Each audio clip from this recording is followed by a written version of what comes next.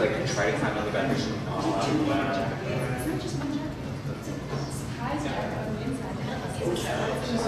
don't even know.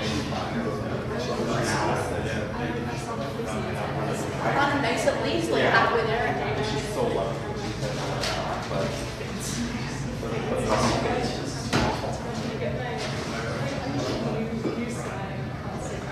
I need one. I need that fatal that school. Service training, like service. There's some that are teaching you love, right? So I'll take that to on. They're trained, they're loving.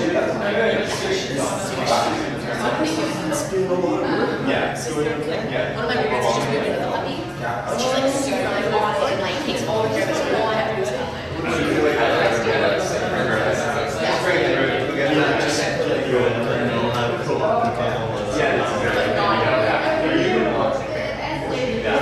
And I think people like getting it and house at like 7:30 and she's coming back like an hour long walk.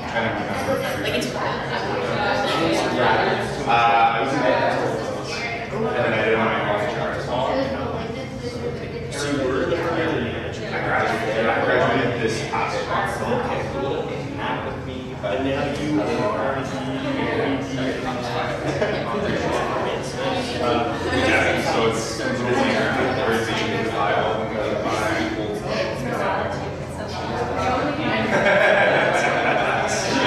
Yeah, it always is.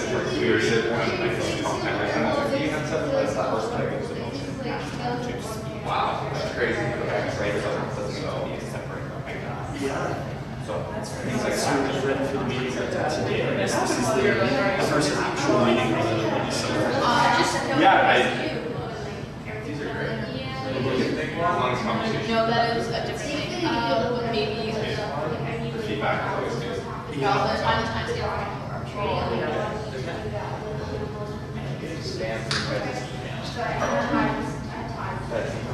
That's just me. I sign you up for a lot of things. yeah.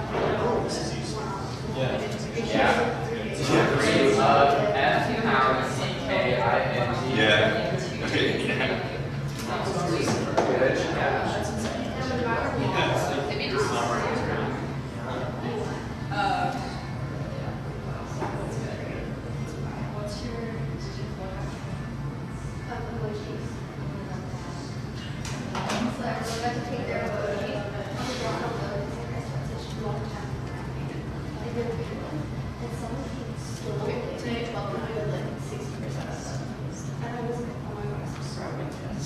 It was great though. He wants to help you. Like great morning helping me cut out all the needles. My time says 12:23. And that's not the thing. That is a different thing. Remember we said that maybe these would be. Oh, there's so much reading that.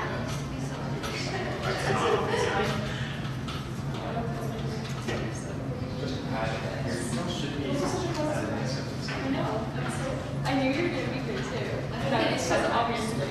So I was like, I'll just surprise her. It just shows.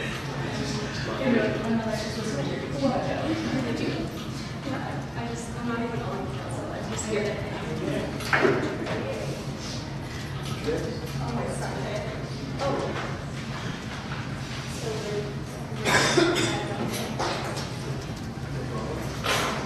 It turns out the meeting on Fridays is good because I wasn't really able to go to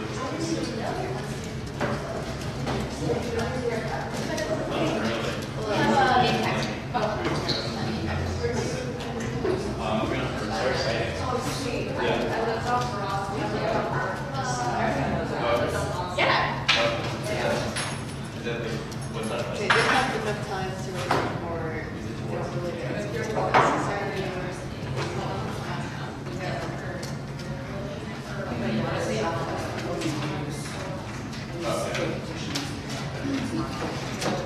I mean, I have this one got like a decent amount of results. I don't know if it's like 20 responses. Okay, well that's okay.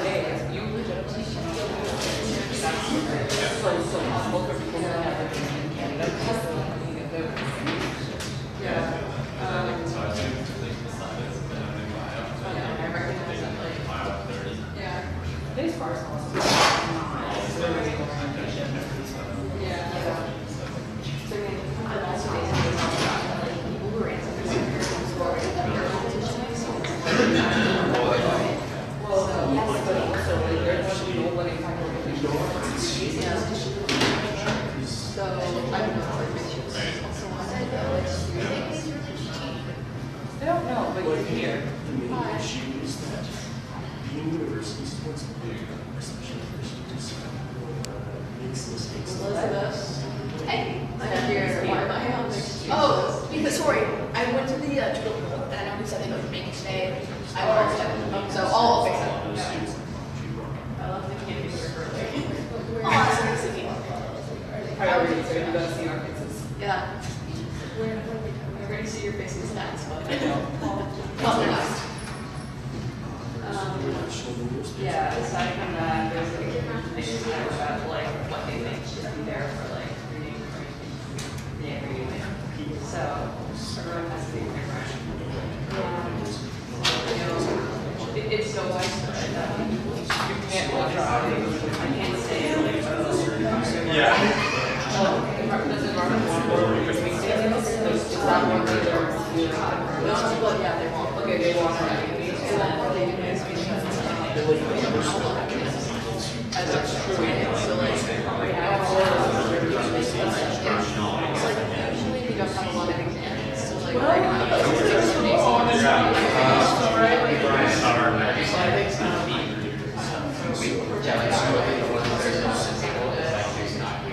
I also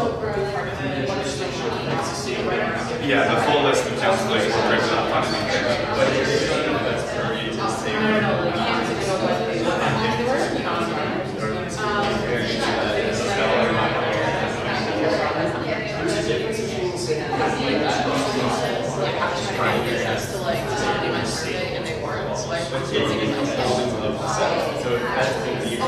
Oh yeah.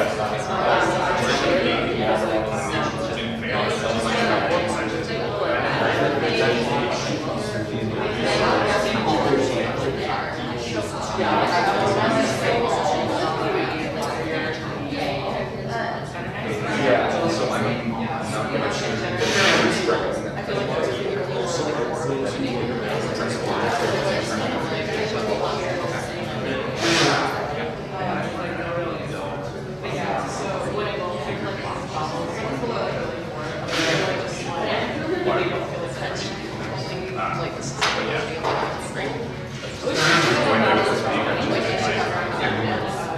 No, that's something like you mean.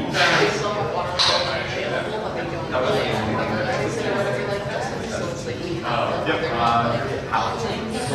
So that they're kind of like in one second for it, so that there's not a lot of like.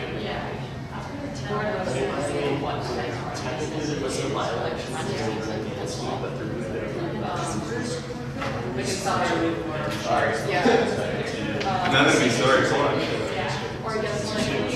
I just can't say very bad. Well, I didn't say.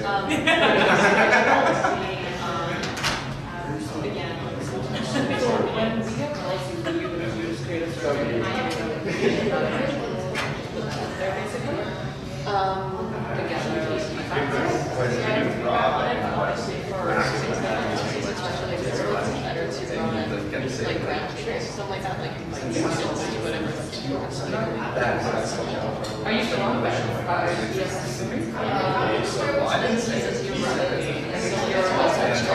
said something else again. I didn't say that. But like, I didn't say it. Yeah.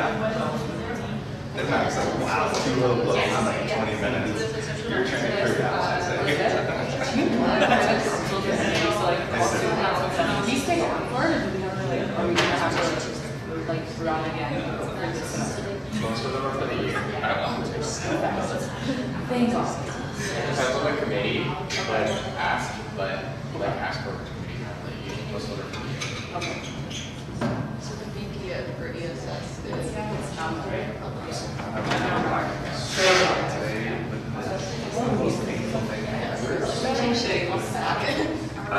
When you're they open up the hallway and the close, like it basically skinned off my finger.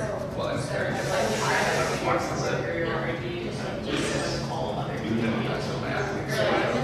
I played it cool. Oh, really? Because I was like, everyone was able to, I was like, carrying and everyone watching it and like closes and I'm like, Louis. I hear you. And then like, oh, this is Red tape.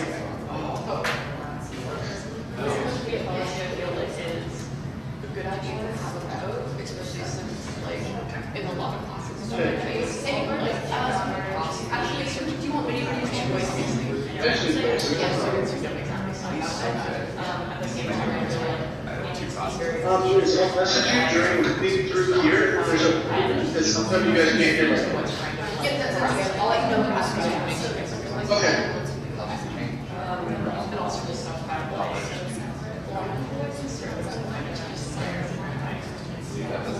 A lot of people actually We're an institution that's like a literal like science and a whole bunch of other things like that.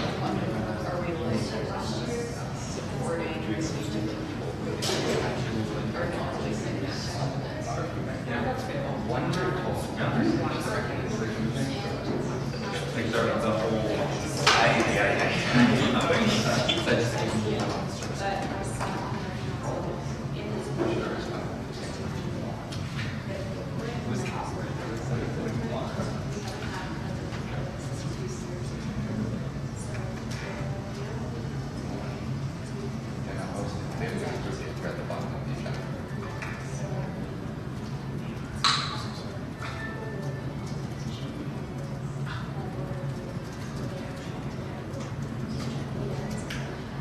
Are you looking for Alexander Blair's start date? Nope, he's here.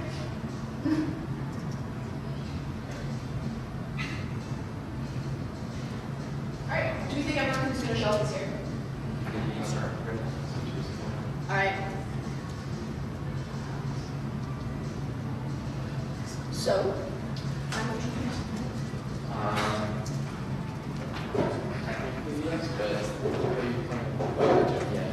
How many people are on the call? just like that. Alright, 6? Yeah. alright. So, I motion to start the meeting. You already did that. Don't even, okay. Alright, let's go. So, Should we repeat it? yeah, sorry, I'm going to. I can't see the same activities unless it's in a note. Yeah. Alright. You can, if you go to view at the top of this page, go to continuous scroll, and then you can scroll to the next. Nice. Okay, thank you. Alright. Oh, you want to do the secretary first? You should do this one first. Scroll.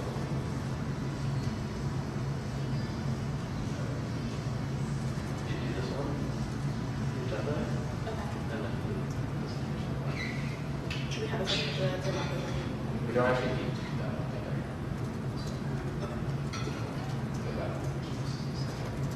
Okay, okay. Alright. So just goes right. Okay, cool. Alright. So motion to approve the agenda or the okay. Ryan, seconded by Jill.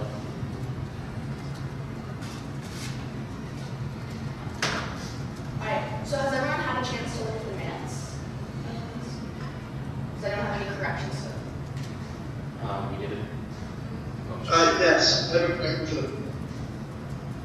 Okay.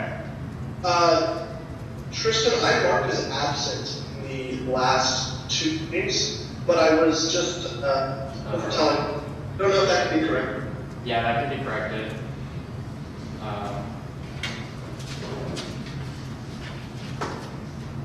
Yeah, can you email me about that as well? Yeah, sure. Awesome, thanks. Anyone else have anything? We need to vote on the agenda, or at least, if there's no objections, we can just carry it. Are there any objections?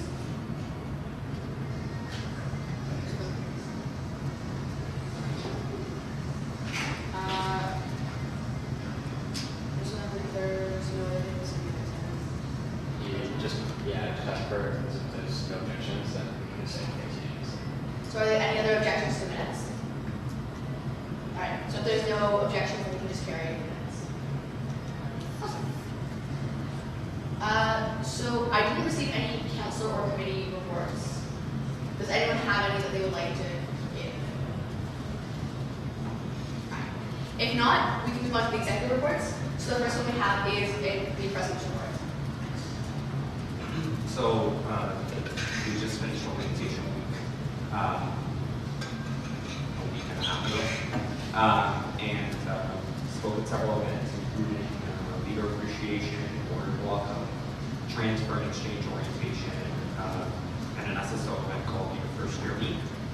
Besides these speaker requests, I was requested by the full faculties to be part of their academic sessions, so I attended those, and the week overall was a great success. Have some updates on the President's Advisory Committee on Student Mental Health.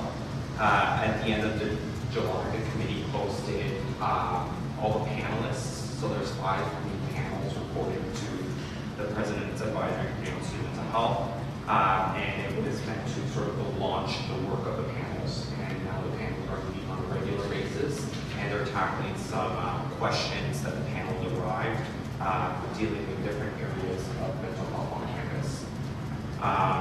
And we'll have midterm reports completed by October 24th. We're actually in the works right now trying to put together a Q&A panel with the committee in order to start disseminating some of that information that those panels and the committee overall is doing towards students. And we're trying to integrate it with or host it right after our general meeting, just so that it encourages people to come out. So we'll have more information as we get logistics down. We have a set up, so we're very hopeful that that's going to be a successful event. From the federal advocacy standpoint, been working with Andrew and the other 8 members of our federal advocacy informal coalition of U15 affiliated student associations. We are about to finish our briefs, and our briefs include updates to the Canadian Student Loans Program, further funding for Indigenous students beyond the commitment that the government had last year of lifting the 2% cap and, for the next 2 years on ESSP. We're also advocating for increased access to undergraduate research funding, and we're also making sure that full-time work integrated learning opportunities and co-op opportunities are counted as for international students towards their eligibility for permanent residence. So those are sort of our 4 main advocacy priorities this year. So we're on track to complete those this month. And we'll have the briefs ready by the middle of October to be sent to the formal MPs, which will then be advocating in Ottawa from November 6th to 10th on those priorities. In addition to those briefs, we're collaboratively working together on a rebrand of sort of the formal nature of our coalition so that we stand out more than the sort of swamped federal advocacy landscape with a whole bunch of student associations. So we're really trying to communicate what makes us unique, and that's sort of what's our focus of our rebrand. Finally, the Policies and Procedures Committee has been meeting on a regular basis. We're meeting on about a bi-weekly basis. And we're just doing a sort of a overhaul of our policies, looking at the policies that are expired on the books and are about to be expired in the next 12 months, and seeing better ways to sort of consolidate some of the policies, reduce the number of policies, and have more substantive policies in the books. So that's all in the works. I detailed it a little bit more in my executive report, but if you have any other questions, please let me know, and some other counselors can also speak to it that are part of EC. All right. So, does anyone have any questions? Yeah. Just wondering if the fall general meeting has been scheduled yet. Yes. So the fall general meeting will be October 24th at noon. The first notice is scheduled to go out to the general membership on September 25th, and that's just accordance with our bylaws. Any other questions? All right. So in that case, we can move on to the vice president term.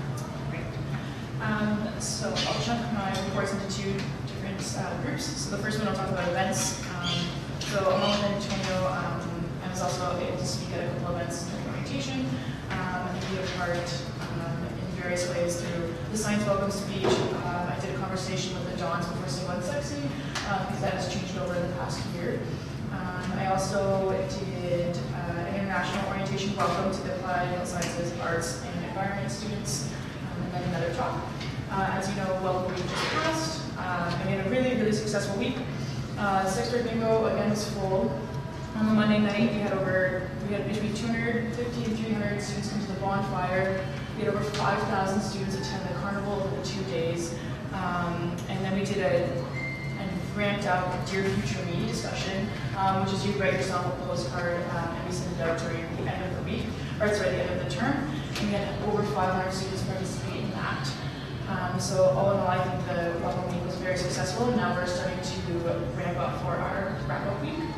This upcoming week, involved with the Get Involved Week, so it's 5 different ways on how students can get involved in the Rapid Grad. We take ownership of 3 out of the 4 days. I guess 3.5 out of the 5 days. River Fed's open house on Monday, which we're going to play part of, and our Clubs and Society Days, in which we have over 200 clubs and societies come out in the booth, again, to encourage students to get involved. Now to my more like updates. So an update on wellness, the initiative that's coming out of this portfolio. We're working actively with campus wellness and athletics to start creating more of a coalition and a unified front with our wellness initiatives that we display on campus. And so we are continuing to meet now on a bi-weekly basis in order to ensure that we're all on the same page. So that might lead into our wrap-up week actually changing in hopes to be more of wellness days peppered throughout the term, opposed to just a 1 week of initiatives that are happening and events that are happening. In the lens that this is more of a proactive measure opposed to reactive. Societies, so societies are again in the hiring stages and filling the last couple of positions. So we are having our first COPS meeting on Tuesday. COPS is Committee of Presidents, for those who don't know. And so it is those who are the presidents of every respected society, including satellite and some colleges, college affiliates, will come and we'll get around the table together, talk about what everyone's doing in their own faculty and how we can also share best practices and come together and run events. We went to USA Best Practices in August, and so that really opened my eyes about volunteer appreciation. So one of the sessions that I attended was how do the other 7 universities appreciate their volunteers, which kind of opened up an opportunity that I'm going to present to CLAC, the Campus Life Advisory Committee, to do a bit of a review on how we're doing with volunteer appreciation. And I'll leave it with 2 more. Our President's Advisory Committee on Equity is now met, so that is a piece. And I'm again a part of a subgroup, or a subcommittee that's called Gender and Sexual Diversity Work Group. And then from there, they have priorities such as education, 16 days, visibility and outreach, trans health initiatives. So I'm going to be sitting on the 16 days of activism against gender-based violence, which will be rolling out at the end of November and early December. So that is the committee that I chose to be a part of. questions about that, please feel free to reach me after, and I'll give you more updates about that working group. And then our clubs assistant that was hired for the beginning of fall is now hired, trained, and working on better supporting clubs, so processing event forms, helping out clubs and event societies days, and helping with the check request forms, so they're up and running and working diligently. All right, does anyone have any questions? All right, so if not, let's move on. Sorry, I don't know where to scroll this. Let's move on to the Vice President of Operations and Finance. I'll make this short and sweet. I put a lot of detail into my council report, so feel free to check that out if you want to. Bomber new menu is launched. More food options with more kind of dietary accommodations. So for vegan and vegetarian, there's more options there. That was a big ask that we had over the past year. We're working on creating an express menu for the winter term so that service can be a little bit speedier for a select amount or group of items, so that you can come in and be out within a certain amount of time, so you can be fed quicker. We have created a plan and have started to implement it of phasing out straws at the Bomber, so we're going to go strawless to eliminate plastic that's produced from basically such a useless item, in my opinion. Everybody drinks out of their glass at home, so we don't really need straws. International news, we're currently creating more grab-and-go options. As we've seen, just items are flying off the shelves in September.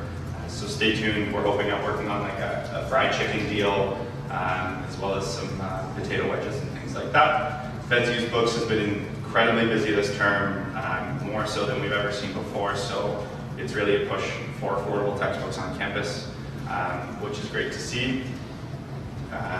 And campus bubble, in my report, I have nothing to report. However, I do have one thing just to let everybody know. If you have ever been leaving the SLC through that exit, considering that's the only one to go on campus now, and you're going to get a bubble tea, kind of there is a little bit of a cluster of people there. So we are currently revisiting our efficiencies based off of entry and exit into this building to ensure that customers are taken care of, but also for the general student who might not even be going to campus bubble or wasabi, they can enter and exit with a decent amount of ease. Our action plans are now posted online, all the exact action plans. This update for PharmaCare Plus, so that's the Ontario OHIP Plus plan that they brought out for youth 24 and younger. They have said that they're going to be covering a certain amount of prescription drugs. Starting January 1st, Andrew and myself had a chance to go and to a consult meeting with OHIP personnel to get more questions answered for us. That's still on track to launch for January 1st. We will be creating a communications plan and also some more marketing materials to get students informed about what those changes will look like. And because of the fact that it's being launched in the middle of the school year, we're going to be closely monitoring the impact that has on the student health and dental plan, well, more so just the health plan, and looking at changes that we need to make for the future, but not making any impulse changes for the short term, while taking in consideration the long term of health of those plans. Budget committee has passed the budget, as well as I sent an email to council. I received a couple questions, a couple emails about it. I answered those and I didn't have any follow-ups, so we're all good. The budget will be posted on the website, which goes into my next point. The new website is going to be launching very shortly. Long-awaited plan. That was one of my goals from last year, and we've just hit so many snags along the way to get it perfect. We'll be launching within the next couple weeks is the plan, and it's going to be more accessible. It will actually have adjusted layouts depending on what you're using or to view the website on, as well as the formats of where you can find things are in a more efficient manner based off of statistics that we got from the last website, as well as some surveys that we sent out last year, kind of for mapping of where you would find things, and we're going to be closely monitoring that. And the last two things, opt-out. So opt-out of health and dental plan, if you can please pass this on to students, that they are from September 5th, so they've already started to October 7th to opt out of the health and dental plan for this year. And you can do so, it takes about 7 minutes on average, as long as you have your proof of coverage with you at studentcare.ca. And that will be done. And lastly, the legal survey. So last year's council recommended to look into more about a legal insurance survey. We have drafted a survey in conjunction with Student Care and planning on launching that survey out in October, to collect more feedback. And once we get that data compiled, we'll be bringing it to council for discussion about how we want to move forward with that, if it's worthwhile of our time or not at all, and we can pass on it. All right. Does anyone have any questions? Yeah. So why exactly did the council not have to approve the budget and stuff? So at the last council meeting, because we didn't have a meeting in August, I raised a question / straw poll to council about, is everybody comfortable if an email gets sent out, just to ensure that we actually have an approved budget to operate on. The vote was in favor of doing so, as long as that email was sent for consideration and for questions to be answered. And if there were any glaring questions or things that were missed, then it wouldn't have been approved, but things were more just of the clarification nature. So I'm correct in assuming that every time since it will go through council then? Yes, so this year was the one exception. And with that being said, on the back end, I've been working on reformatting our budgeting process and our procedures to change everything from the way that our budget's laid out, so that it's more, there's more information, more explanation as to where dollars are going, so that when an average student just goes online, they don't just see an Excel spreadsheet. There's actually descriptions beside each of the portfolios, as well as the procedure of how we're going about it, based off of year to actuals and when we're getting our books closed. On the operational side of things, that it makes a lot more sense to kind of change up our current process, because we're never done on time in our current processes. So like, to reflect our practice, but also improve and ensure there's more autonomy over it. So. I also have another question about exact salaries. I have noticed that ours are a lot higher than other universities, some that even have larger student populations. Is there a specific reasoning behind that, and will that be looked at again in a more critical eye? So exec salaries they're approved at board, which the executive, so for example, I was VP Ops Finance last year, I wasn't a part of those discussions because of the conflict of interest, so I was completely out of the room. There has been talk, I guess, discussion at the board level of just weighing kind of all sides, and obviously similar thoughts and questions to have the due diligence. My recommendation would be reach out to Alexander Ray, the chair of the board, and he can answer any of your questions there. Just another point on top of that. Other student unions tend not to have full-time exec, which can play a big role in how much people are being paid. Yeah. That's good. I just wanted a little more clarification on that. Thank you. For sure. Good question. Sorry, 1 second. Hi there. What's your Hi, my name is Sago. I'm the Cambridge counselor. Awesome. So I just had a question for you. What prompted the name change with the restaurant that you guys have here? A couple things. One is, I'm personally a firm believer that you can't just stay in a rut and think that you're always doing a good job. So constantly improving and looking at new things.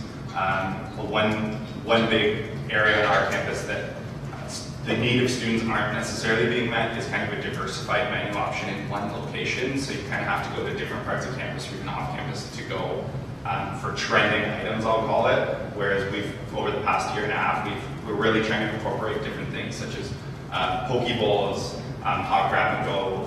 We're bringing in some changes at the Bomber with like wonton nachos. We have pad thai now, a bunch of different varieties to answer students' needs. The second piece was the options for vegetarian and vegans. That was feedback that we had, that they wanted more options. That's important. And then lastly, in my opinion, things come in waves, trends come in and out of, and also the restaurant industry is always changing, so there's some things on our old menu that we didn't have, so we now have garlic bread. Like that's a standard for most restaurants, but it's a pull-apart bread that's really good. And in those type of items, so that we're just not staying complacent, but we're also presenting new menu items. There are a lot of popular items are still on the menu. So we took a product mix and what was selling and what wasn't, and got rid of the things that weren't selling that well and brought in new things to try and meet those needs. So on average, what's the cost of a meal at the bottom? Off the top of my head, I don't have, I'd have to pull more information on that. So the reason why I just raise it up is because we only have one restaurant on Cambridge in our area, Golden Open Cafe. And I believe the average meal for a student is $6, and we have our own percentages because we are students and we have no options at all. And our menus are very, very limited with what we can get. So I'm just raising up concern because I think we should get maybe converse with Melville owners and maybe our administrators to see if we can create more options for our students. Yeah, we can touch base offline and figure out a game plan for sure. Seneca was going to go next. And then go for it, Seneca. Okay, yeah, so I was wondering, what happens if council doesn't approve the budget in future? Is it akin to like a government shutdown? No. What happens is council gives the feedback. If there are any like areas that they want adjusted or they don't necessarily agree with, and then that goes back to budget committee for reconsideration, and then it kind of the adjustments are made, more discussion happens, gets brought back to council for an additional approval. Yeah. Services wouldn't be able to get funded, essentially. So it would be a government shutdown if council refused to pass the budget. Everything under board would still get funding. So all of the commercial services and everything that like actually needs the budget to operate would still get money. It's just services and clubs that wouldn't get any money. And salaries for executives. I don't know. I don't think salaries fall under council. Ryan is shaking his head no. To the best of my knowledge, that's a board item. Okay, because you see where I'm going with this, right? It seems as though it's a little bit ridiculous that the body that controls executive salaries, that has executives sitting on that board, gets to control its own salary, and the elected body, student representatives, doesn't have any say in that matter. So I thought, shut down the government until the board complies, but if that's not a possible option, then it seems that board needs to change to allow executive salaries to fall under a different portfolio. Otherwise, you won't have any student input on something that's really important, and that's how the budget is run. We could touch base offline about this, but it's because of the corporate nature of feds that like we're required to have certain things approved by certain dates. So it wouldn't be a government shutdown, it would be like a legal issue that would open us up to lawsuits. And the exec don't get to set their own salaries, they're not privy to those discussions.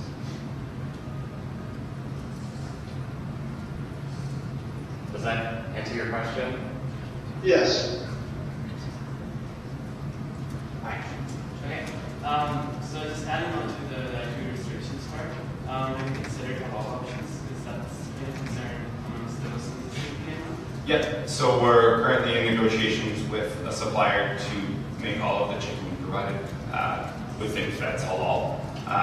We have all of the grab-and-go options now that have chicken in them are halal at international news, and we're going to be segueing that into Bonner as well. Yeah. All right, any other questions? All right. In that case, I think we can move on to our unfinished business and general orders. So the first thing we have on here is a motion that's brought by Tristan. And it's for the renewal of policy 2, which I believe has been included in the agenda. Tristan, do you want to speak about it? Yeah, sorry, just hang on. Our teaching building. So this policy just talks about how academic buildings should be open 24 hours a day to allow for academic study space and things like that. It's a pretty innocuous policy, and we don't think it needs any changes. And I can't remember if it's expired or soon to be expired, but in any case, we should renew it so that we can continue advocating on this. And do you have any questions about that? Yeah, wait, sorry, currently they're not all open 24 hours a day.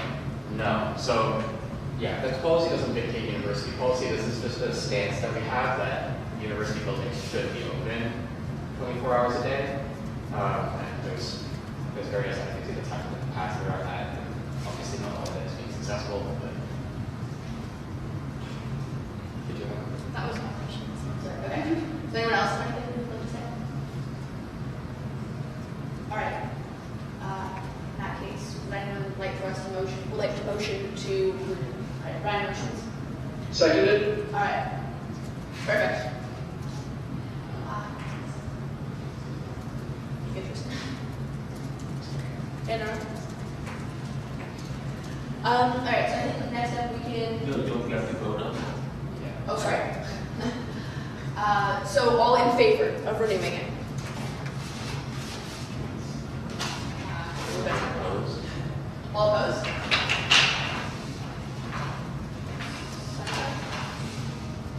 Seneca? Who's in favor? No. Perfect. All right, so then it passes unanimously. Please. So next up, we have a motion brought to us by Jill, and it is just approving the service coordinators. So again, this has been attached in the agenda. I can find it way. Doesn't actually work.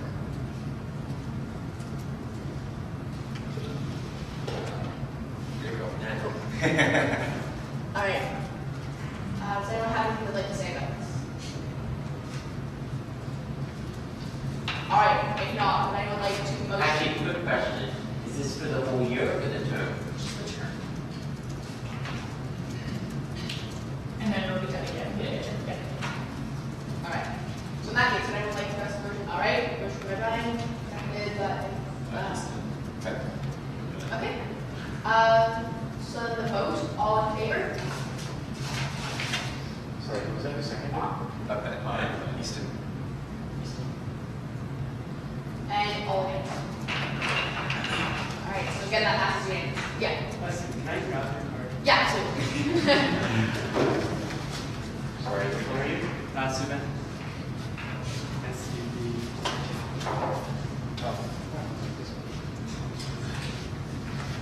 Just both? Yeah. All right. Okay.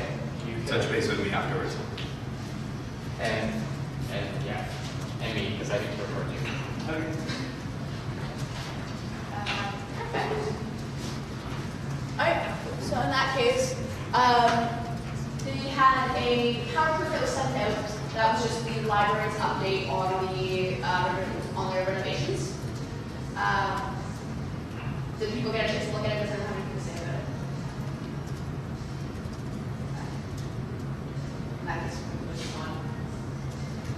on. And so next up, we have, yeah? Could we have, Jill, do you mind sending that out to all the societies? I sent it out to you, well, to all the counselors.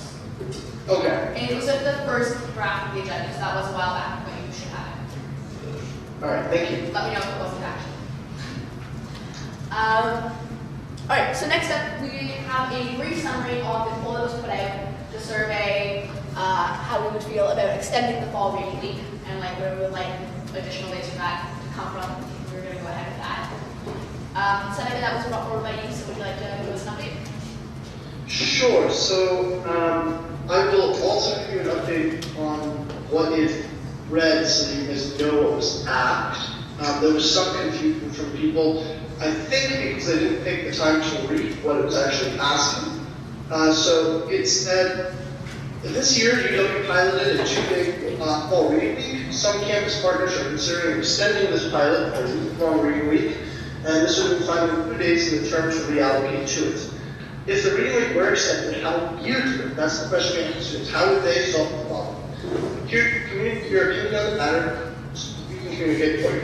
That's what the whole survey was for our constituents. Particularly, it started for science, was distributed by the Science Society, and then extended to environment and engineering and arts. So we have a good amount of student input from them. I didn't doubt that this came from.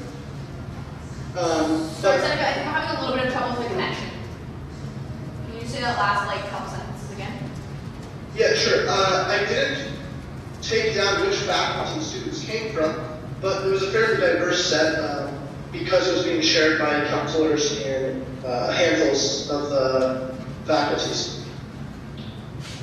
So the first question explored what do you think UW should do to compensate for the added days of reading week? And 4% of all respondents said that they should start class and orientation early. The second most popular position was, oh, I can share my screen.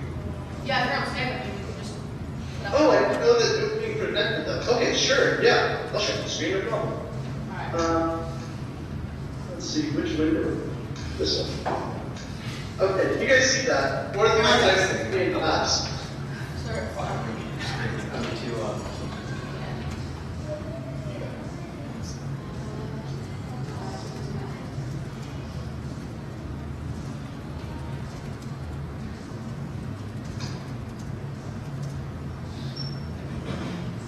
Alright.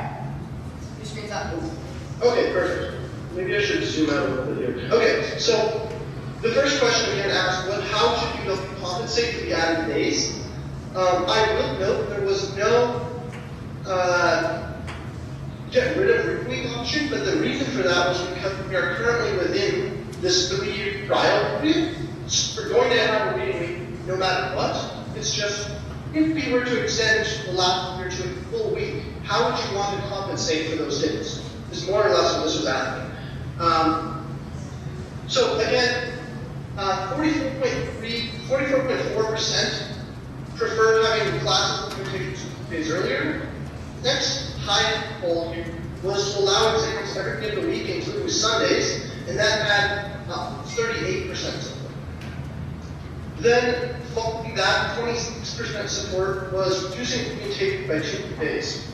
The least popular of the main options I presented was shortening the time between the end of classes and the beginning of exams. I think students generally consider this to be valuable exam preparation time period. To take it away is risk. I've already received 13% support. There were other options that received less support. A lot of students put in don't extend reading week, no further extensions, or things like that. And I organized those responses by type. So respondents that wanted no further extension to reading week, I gave them their own section. So that came in at 3%. Students who wanted to abandon fall reading week entirely came in just over 1.5%. Schedule orientation for weekends had 1 vote, or 2 votes, and it was very unpopular, just in general. Compressed 2-day classes, so one student suggested this. I'm not sure if that's feasible. I'll direct all this information to Andrew, since he's sitting on the committee that's discussing the pilot and the end of the pilot, so that he can look at it, but it may be feasible, I'm not sure. Then make summer break 3 months long was another suggested option that was unpopular, and use weekend classes to pick up days. So that one got about 9 votes in total of these 600, and I believe the total was 667 students participated in this poll. And I will note though that there were 8 instances of duplicate answers. And when I say duplicate, I mean exactly identical, with the same comments as well. And it's unclear if that's due to submission issues from Google or individuals trying to do it twice.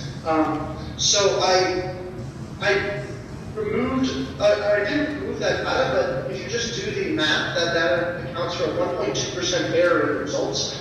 But when I put the error bars on these histograms, the error bars were so small it wasn't worth leaving there. So I just wanted to note at the bottom that 1.2% error is what you should expect.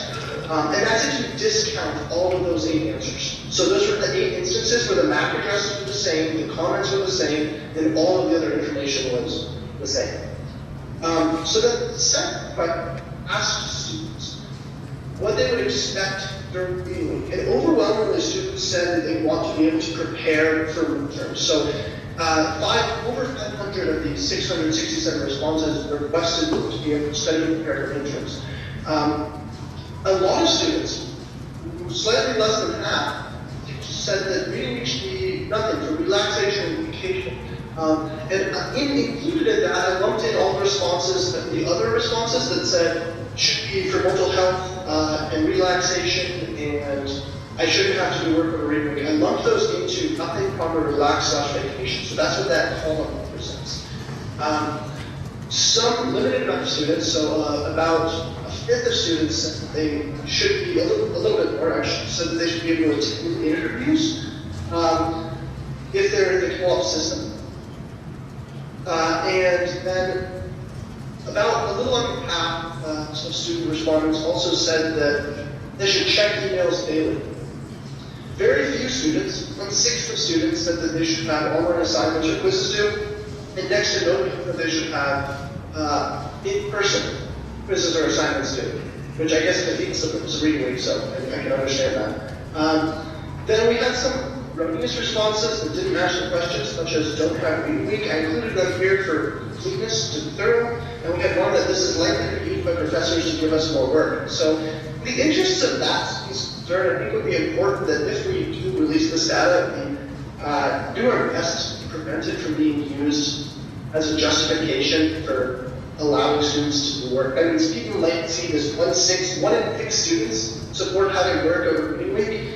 I don't think that should influence anything. Now, I understand that reading week has requirements that prevent work from being assigned due during the term, and to the best of my knowledge, that also extends to online students. I know that it certainly does for winter.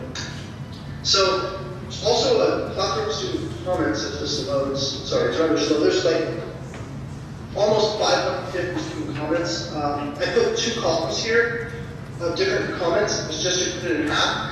There's a lot. I think the vast majority of student comments that I read through. So I'll have Elizabeth send this link to you. I sent it to her there, so she can send it to all of you. The vast majority of the respondents, they said that they supported an expansion of reading or maintaining the current system, but there was a lot of concern regarding orientation in particular, and about international students. A lot of international students want reading week extended because it offers, and out of province, it offers them the opportunity to go home and see their family. But I was also aware of a couple concerns from out of province international students when they said shortening this, that having reading week shortening the summer doesn't really fix their problem, it makes it just about the same. Because now they can visit their family during reading week, but they take away that time at the end of the summer to spend with their families. And so that's an important point. And so I drafted a resolution on this that I sent out to all of you. It was included in this agenda, but I think I'll just take a minute for it. Is that on the agenda right now, Liz, or is that a different point? Sorry, can you repeat that? Is the point about the resolution I read, is that on this agenda? Is that on, sorry, not on this agenda? Is that a different item than what I'm currently discussing? No, it's not. Okay, so I will throw it in here and discuss it now then. So, I don't really need to share my screen anymore. Screen so I'll just connect that. Okay, it's just made my connection a little slow. Sorry about that, guys.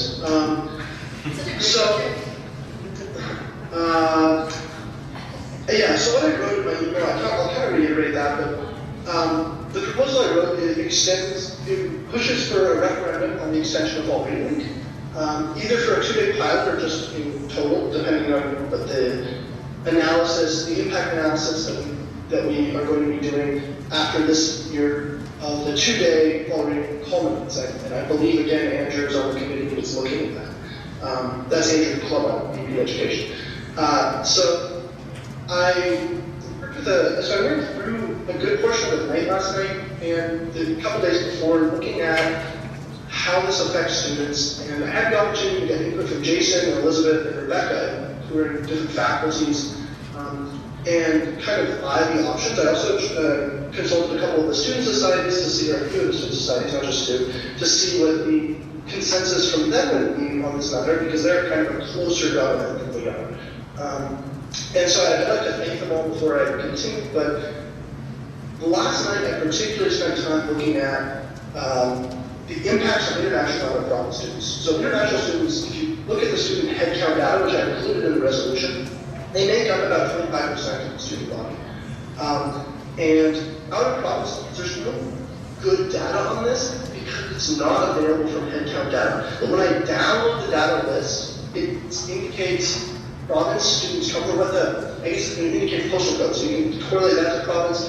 And just from rough estimates from doing that, it's about 30% of the school groups out of the province. And so if you put that together, that's just under 50%, right? So we're looking at a humongous amount of students who are international or inter-province, and I think we need to, whatever we're addressing needs to target them specifically, because they're durable. And so that's a potential impact that I care a lot about personally, because I'm an international student. I know a couple other people on this body are international students. And so while 2 days might be sufficient, or 3 days or a full week might be sufficient for some students to Ontario to go home and see their families to go over Thanksgiving. For non-province students, it's very difficult to fly all the way back to British Columbia or Alberta or Manitoba and see your family over Thanksgiving. Similarly, it's difficult to want to spend time with your family but have school starting when it does. So there's a trade-off here, and in the resolution I sent, there's a Google link here, and I sent it to Elizabeth too. Hopefully, I don't know if you open that, Elizabeth? Could you go? Is it different from the one that is included in the agenda? I don't think so. So it might be the agenda. Let me check. They're in the copy of this and it's most of the. I'm looking right now. Give me just a second. Yeah. No, it's exactly the same as the agenda. So I basically what the resolution was it's to effectively tie Fed's hands in how we lobby for this. So I want to push for a referendum on the extension of fall reading week, conditional on the committee's PAC assembly. But at the same time, I would like to, before we do anything like that, I want any policy about reading extension to protect orientation and protect the valid time at home that international students get. I don't think we take into account how difficult it is for international and especially out of province students to get home and see their families. I haven't gone home for Thanksgiving in years. I've gone with friends to their houses because I can't get home. I know this is the same predicament for other students. So it has been a long time because I've gone to spend more than 3 or 4 days at a time with my family in the co-op system. And I know this is a story that's very similar for many, many other people. Approximately 55% of students. So I think that any resolution that we come up with, and anything Fed's lobbies for, needs to prioritize the protection of orientation and protection of and support time at home for international students and out-of-province students. I think the best way to do that, and the way that kind of aligns with polling of students, is to have Sunday exams with religious exemptions, and maybe couple that with shifting the term a little bit earlier, but not earlier enough that we cut into people's valuable time at home. So that's the assessment. The link to this data, Elizabeth can send out to you. I've sent it to her through Skype here. I believe I emailed it to you as well, Elizabeth. The resolution's in here, so please take a gander. I did a considerable amount of research on it. I read through the Vice President Provost's report and the report from the Feds back in 2014. And I looked at the previous Eng and mathematics surveys about having a fall reading week. So I put a lot of that in there with footnotes so that you can read the footnotes and look at the data I was looking at, including the headcount data, so you can verify it yourself. But that's about all I've got. Are there general questions from you, I suppose? Yeah, not a question, just a comment. I just want to reiterate that is definitely a concern I know a lot of international students do face. I've been told this, I know this. booked weeks out of my co-op cycle to go home because of the lack of time between it. I also do want to stress the importance of international and out-of-province orientation. When I came here in 2014, I had a whole 3-day period for that, and that has proved to be so valuable. Coming into a country where you know nobody, having those 3 days makes a very big difference. And I know it has been a little shorter with the condensation of orientation week. And I've had students back from my high school in Dubai who've asked me, how did you do it? Orientation was so short. And I was like, wait, I had a whole week. It did seem that short, and it's visibly impacting students incoming, so I do think we should focus on that. I did, Rebecca, I will also for my resolution that's in the agenda, I did include in there an entire section dedicated to the out of province and international orientations. Because that additional orientation I also found was very valuable. And I think I speak for a couple of the other counselors here that went through it when I say that it was probably the most valuable orientation I had as someone who wasn't from Ontario. Any other comments? Yeah. So my first one, sorry, I can't speak that well right now. I agree with the whole predicament that international students are facing. I have a lot of students that have actually relayed this to me now that I've moved on. One thing that they did mention was that they wish they could, I know this is one of the residents thing, they could have moved in earlier because they literally, I remember it was 12:30 in the morning, they moved in and they were expected to go to orientation the next morning. These are people who just landed in a new country for the first time. They're a little bit disoriented, they're exhausted. So I think that, is there a way that orientation can start earlier in the summer for international students because they're in a different situation, so they do have that more time? That's just one thing there. And before I forget, I was going to say the other question I had was the data that you presented. Did you look at what year the students were in, and did the year have an impact on how they responded? Like, did first years, let's say, do it for mental health reasons, and were upper years more comfortable saying, oh, I want to go on, let's say, vacation to spend more time with? I'm just making arbitrary examples. So I'm just giving you the idea, was there a difference, any significant findings in that regard? Thank you. Something did you hear that? I could hear some of it. It's a little choppy. Do you think you could quickly summarize the point pretty close to the microphone? Also, please speak up just so I know who to address the comments and my response to. Nick Depp. I'm the arts counselor. So, arts counselor Nick Depp. Okay. So, just to answer the question, like to reiterate her question, the idea is like, do you find any strong correlation to the data? Like, did first years like particularly say they wanted it for mental health or anything like that? So I didn't poll people based on, I didn't do demographic analysis when I did this data. That's probably something valuable to have done. I didn't include it because this originally started as just reaching out to constituents to get their general opinion on the matter. And it kind of became something bigger once we got 300, 400, 500 responses. I did not expect this to get 667 responses. I think that's really good to do polling for an informal poll. This originally started as just a way to consolidate student comments, because what I've been doing before this was collecting Facebook comments and emails, people that I told to reach out to me. And that started becoming really overwhelming. I think in the period of about 2 days, I got emails and 100 Facebook comments. So I then worked with SciSoc, put them together for an in-sort matter to consolidate constituent opinions. And then the other science users shipped it, and it got printed by environment and engineering.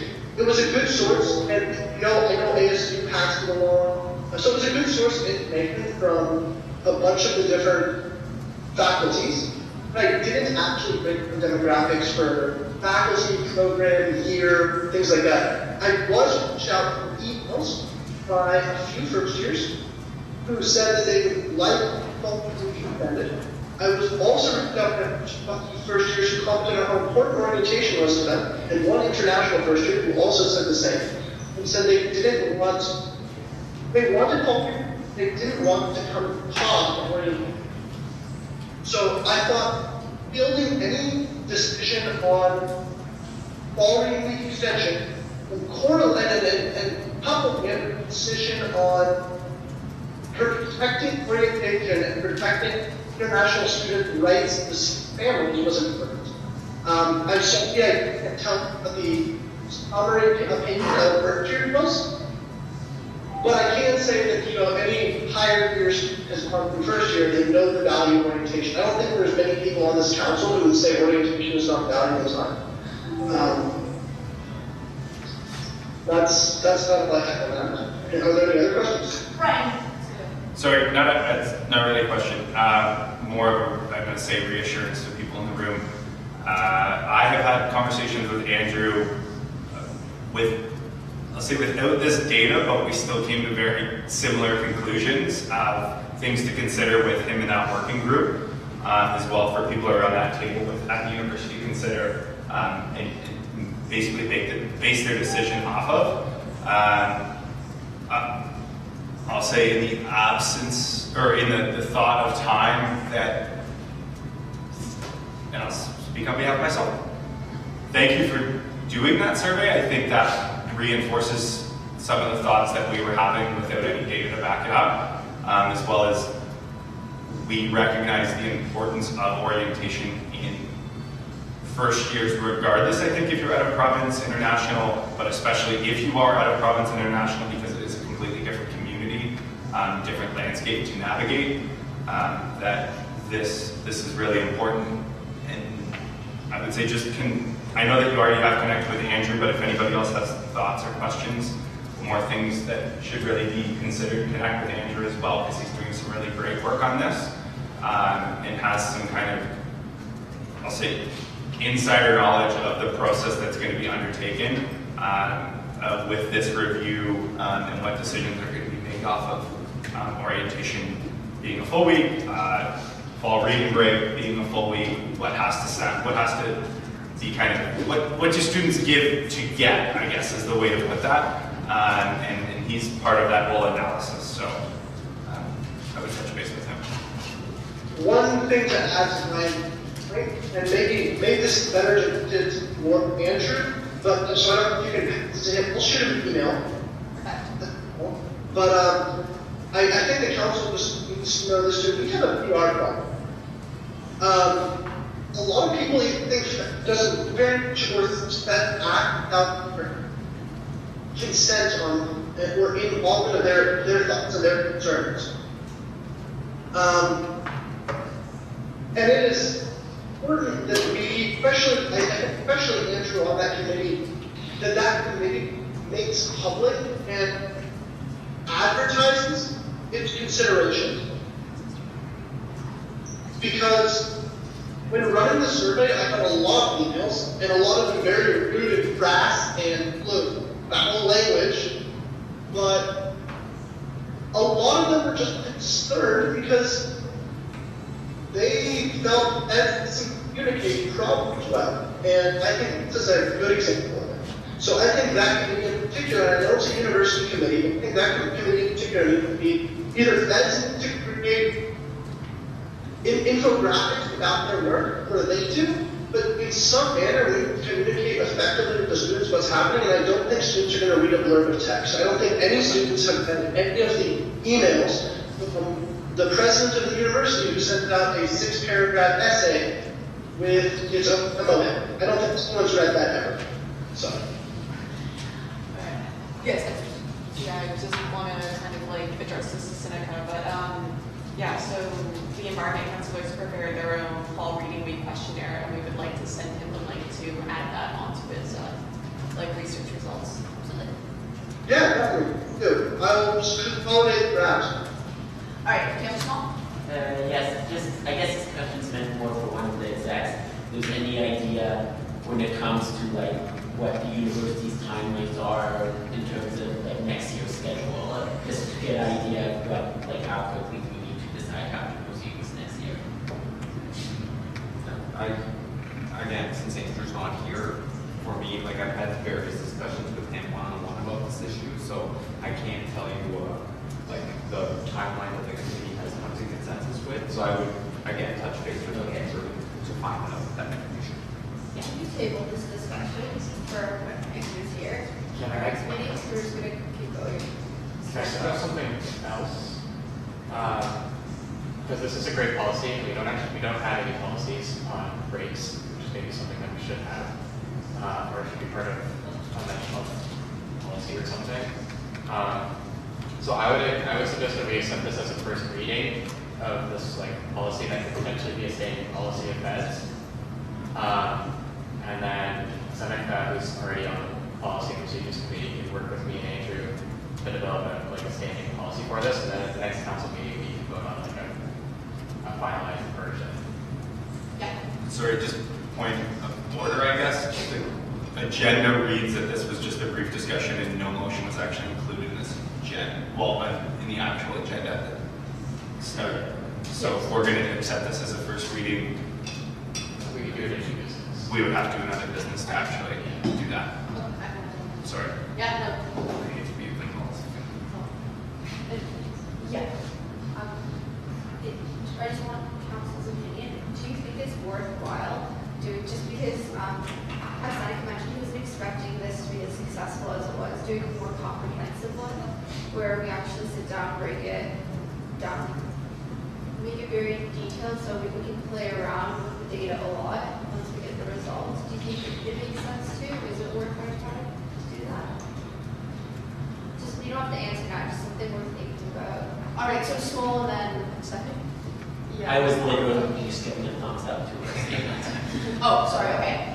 Yeah, I was just gonna say it's probably definitely a lot more comprehensive. I think in the surveys that Seneca and I did, there was definitely a lot of bias in terms of who was getting access to the survey, because a lot of it was just Facebook handing it off to one person, handing it off to another person, and that would definitely affect results. For instance, if you have a lot of orientation leaders in your press list, that's obviously gonna affect things, and I think it's a lot more fair, and it's a lot, it makes a lot more sense for feds to not use biased data for things, but we also have to keep in mind what time span that we have.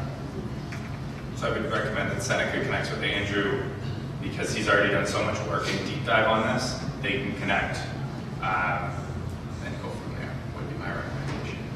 So I would say that running another poll, I mean, if you want feds to look like a do nothing immunization, poll after poll, same thing, it's kind of silly. Gather constituents, there's an important point. We're not a democracy, we're a republic. Students on this council make decisions in the best interest of their constituents, with constituent involvement, but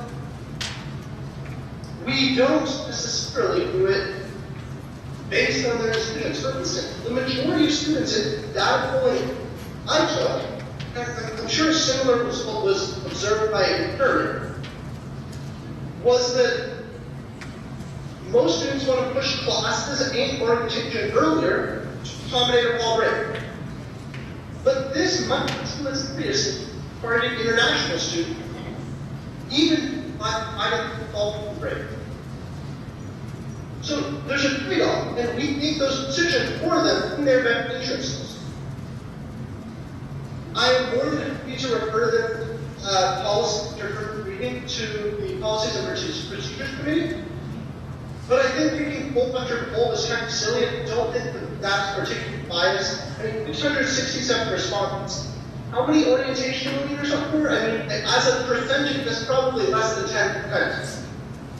I mean, I can see there being 600 respondents, all of whom were orientation leader or thought, so that seems arbitrary. All right, Stephanie? Yeah, so tagging on to Seneca's point, then I would probably say that the best plan of action in order to just make decisions based on this would probably be for each counselor or whatever like that to go back to their particular constituency and group and focus on them, and not gather data from other faculties and figure out with consultation with the different program societies, student societies, and individual students where they stand, then come back with a kind of opinion and just represent your particular group of people, because the council was organized in a certain way with the amount of counselors corresponding to the population of students, and that is probably the best way to handle it in that case, and it would be a survey. And I think it should be said that I also received a number of emails about this poll, and there seems to be, in the same email, you get people saying, you guys don't do anything and don't ask for our opinions. sort of making opposite points sometimes. They're saying like, you know, you ask, like, you don't do anything, you spend all your time asking us for our feedback, but actually you're asking us for our feedback. And so I'm not sure there's necessarily like a way to handle this so that will appease everyone. So yeah.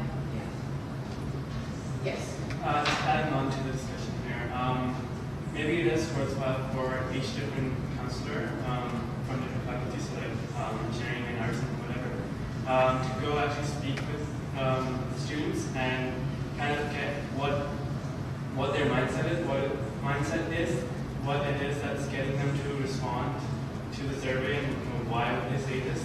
And I know through my experiences, a survey can't always answer all the questions you're asking, or maybe the way we're asking a question is not really, relaying our purpose to ask that question. So just holding one-on-one conversations with the student body and people could be somewhat useful, or a different way of asking if we don't want to do another survey. Oh, sorry, you can go out, Seneca. Sorry. So, One sec, Seneca. Oh, okay, sorry. Sorry. Go for it. I was going to say I really like that idea about since you've already covered. Sorry, I was supposed to make sure you address you by your name. Oh, sorry, Stephanie. Stephanie, and you're the environment counselor. So environment has thorough data, and I'm assuming citing that you're engineering, correct? Science. Oh, science. Okay, so that was just his social network. I'm assuming that responded to. This survey got posted in a group of engineering students, so Okay, so engineering it's students were in that. So I like the idea of going towards to your student. Well, this is how I would go towards student society, and I believe they have access to all the emails of all the students and the faculty. Is that how it works? Or no, don't think so. That's not how it works. Okay, so because I'm just trying to think how would I give it to all the students and the faculty in regards a survey like that. But I like that idea. That's what I'm saying. Just the logistics. All right, so Seneca, it's you, then it's Rebecca. All right, so Yeah. And I'm sure some other counselors will have a similar take on, especially if they're international or out of province, but each counselor consulting their constituents is a really good way to dilute the opinions of and positions of international and out of province students. 55% of the student body, we're well majority. But if you think it by faculty, now you're getting more people who are interested. You're getting a considerable amount of domestic students. For instance, how many arts counselors are there right now? The largest faculty at art and these representation on this board. So, is one art counselor to go and ask every student and get all 55% international students? And what is, are two engineering counselors to do that? You know, how is that going to work effectively? I think just by use the data make it more difficult to come up with a conclusion. I think personally, I think a better idea is that we should have a comprehensive discussion about it right now, or after a first meeting of risk, like the time to read what I want to think about it. And then I think we should direct it to the Policies and Procedures Committee, just like we do for a lot of other policies, because I think having something about our policy on breaks and having something about our policy regarding orientation is important. And so I think the Policies and Procedures Committee is totally equipped to handle that themselves as well. Alright, so Rebecca, Stephanie, the next one. I agree with what Seneca said. I do understand that the breakup of international and non-province students across faculties is very different, so there may be a significant amount of international students in engineering where it may not be the same for environment, and that will misrepresent the data that you're looking at if you are looking at it at a more holistic level like Seneca's survey was, which was a more overview. Whereas if you were to go faculty specific, for instance, I know environment has a much smaller population of international and non-province students, and it would definitely skew your results with respect to that. And as counselors, we may not be able to best represent the overarching interest of it because it's going to show as very different from what an environment counselor is going to present as with an engineering counselor, and that may not be representative of the entire, with the 55% majority that Seneca is talking about in this case. So like two things, one address to, Sorry. Yeah, so in terms of like the faculty societies usually do have access to like email and things like that. that. The only issue is that, at least in our experience with the ESS, they generally don't want to send out our surveys just because they believe that it dilutes kind of like what they're sending out, which is generally events and other pertinent information. They don't want to spam students. So I would suggest reaching out to your dean's office or something like that, because generally they do have kind of a mailing form or something like that to send to the entire environment undergrad population. In address to Seneca, if we believe that there's a constant kind of underrepresentation of international students when we do polls and things like that, do you think that it's worthwhile considering perhaps adding a counselor that's specifically supposed to represent the interests of international students? Because I think that's a worthy thing to explore given what Rebecca and Seneca have just said. I don't know, I would have to consider that. I think that's something that maybe policy and procedures could look at. In part because I think that ties well this ticket, right?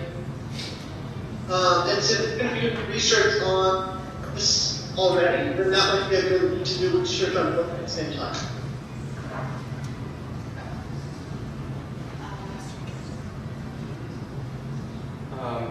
We need a resolution here. This is. We can actually. Yeah. We can actually make a motion because the actual thing at hand is business horizon. No, I was just going to say that I think we've exhausted sort of the conversation, like everybody has said. Unless anybody has anything else new, I think we should move on and maybe summarize some of the action items. From what I've gathered from the discussion is that the counselors that were responsible for putting up the resolution, whether that's Seneca or the other counselors, are going to touch base with Andrew, and then there's going to be individual consultation with each faculty, and then the resolution through Andrew or through PPC can be reviewed before the next council meeting. I think that's sort of the summary of the discussion. So just trying to tie it up. Yeah. Yeah, Seneca is saying that he wants to do, consider this a first reading, which we don't actually know which for that, because it was submitted to the agenda. And then to direct this to PDC to make an actual policy around this. Andrew sits in our meetings. So. To be clear, that also not being council approves it right now. That would mean council's going to consider it the next week, which gives you a month to talk to your constituents. So I think that's a good individual to direct into the policies and procedures committee. And also just a reminder that there is a copy of this in the agenda. So it might be worth actually having go through and reading exactly what's in it and seeing if you have any objections to specific things in it. I'm just wondering, when do we need this data and information by, in order to, extend reading week with what's, because obviously, negotiations are still not happening. Do we sort of need Yeah, can I get Andrew to touch base off, via email or with each individual? This Thursday, we have a policies and procedures committee meeting, so I can find out. I can email the council. Yeah, I can pass it along to Andrew because he's actually a part of that group, and then because I think. Yeah, because if we decide, and I'm not, sorry Seneca, I'm not saying that this is what we're going through, I'm just keeping the options open, that from what I'm hearing, there is some consideration of putting out a survey. If we're gonna all put out a survey to different faculties and get unbiased data, all of those questions need to be the same. Yeah. And that needs to come almost from a central source. And if Andrew's the one on that committee advocating for it, I think he plays a key component, not saying, I think PPC does as well for drafting our internal policies, but at the university level where this decision is actually going to be made, if he reaches out and connects and kind of goes from there and communicates, I think that's our best course of action on top of PPC taking this policy and looking at it and kind of drafting it or redrafting it after this first reading of it. Does that make sense with everybody? Yeah. Yeah. Great.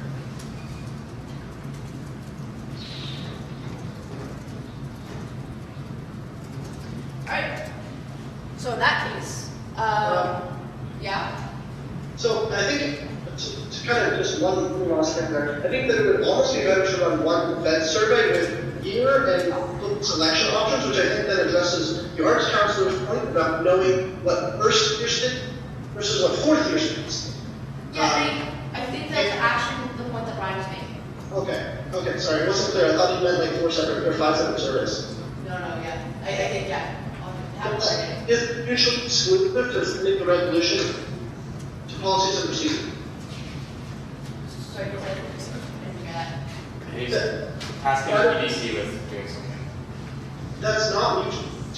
Doing another survey, one global survey, is not mutually exclusive to sending the resolution, policies and procedures, is all I'm saying. Correct. Yes, That's what I absolutely. said as well.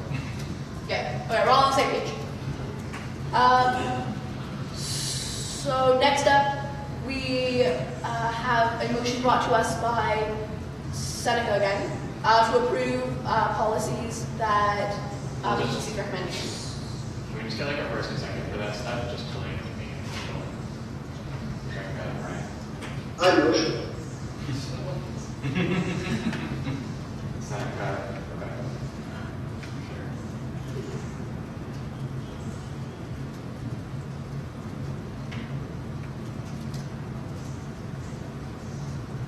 All of those are also attached to this agenda. Yeah, so Seneca, do you want to give us like a whatever overview of what these changes are that we're approving?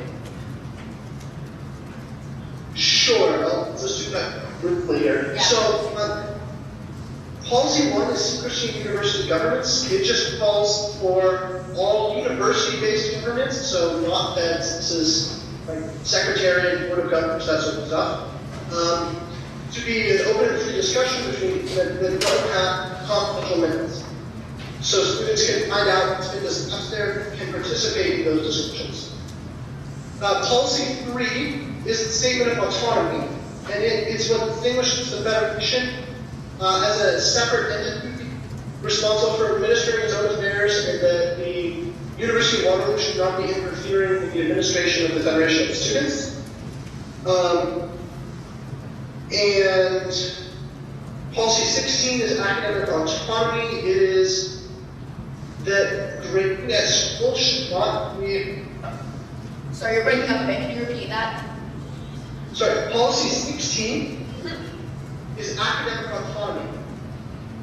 So it is that universities are autonomous, self-governing entities, and that their decisions, particularly regarding academics, curricula, grading, shouldn't be influenced by the provincial or federal government. It shouldn't be influenced by funding sources. It shouldn't be influenced by private entities that do partnerships with the university. Policy 31 is student-based. This is a renewal, just like the other ones, that is the use of student space, and the update of this policy from the last reading, when it was renewed previously, is to have all of the standard, that it would be 12%. Originally it said 12% of the campus space should be student space. We've changed that to meet minimum recommended benchmarks of the Council of Ontario Universities, which is much higher than 12%. So that's that. And I think that's, are there any other? Yeah, there's no other policies that I have, so that's that. Does anyone have any questions? All right. In that case, would someone like to motion to approve it? Ryan, a second? Consider Seneca. Okay. Consider. Okay. And so the vote, all in favor? And all opposed? All right, so that's unanimous. So in that case, we can move on to our next agenda item. And this is a motion brought to us by Jason Small.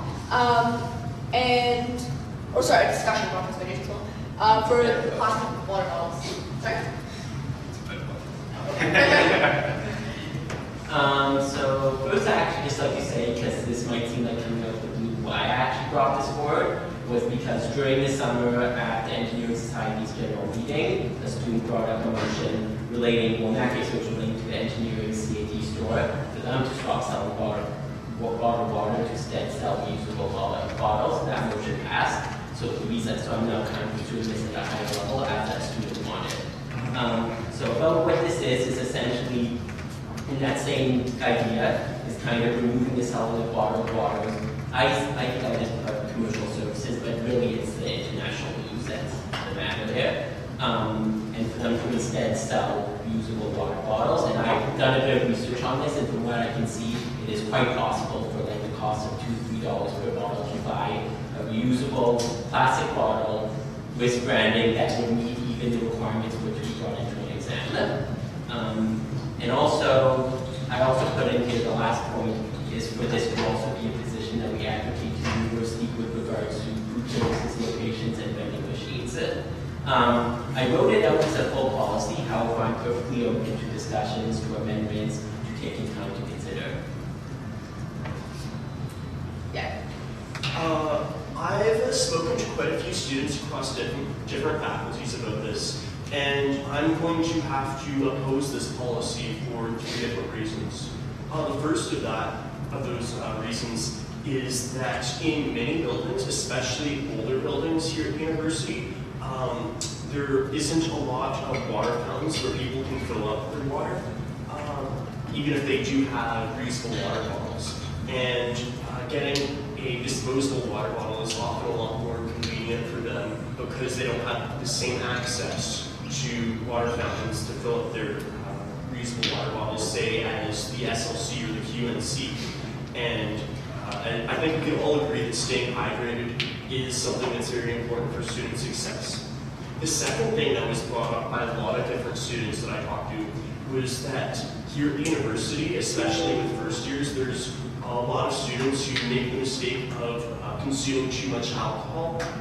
And if they don't have a lot of access to water, especially disposable bottled water, then that could cause health complications. Personally, I've had friends who've had to go to the hospital because they've made bad decisions with alcohol and then haven't had access to that water to remedy that. And thirdly, I don't believe that banning the sale of bottled water is really within the interest or the jurisdiction of the Federation of Students. Although I personally suggest everyone use a reusable water bottle like this, it's up to students which one they want to choose. And I think we can all agree, reusable water bottles are great, they're environmentally friendly, but that isn't convenient for everyone at all the time. Perhaps maybe something Feds could do instead is to advocate to students through advertising that reusable water bottles are the way to go.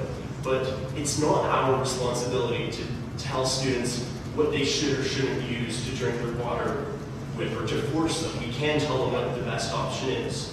But I believe it will be detrimental to student success and potentially even safety, with my second point, if we ban the sale of disposable water bottles throughout Fed stores and the international news and with stores inside the SLC.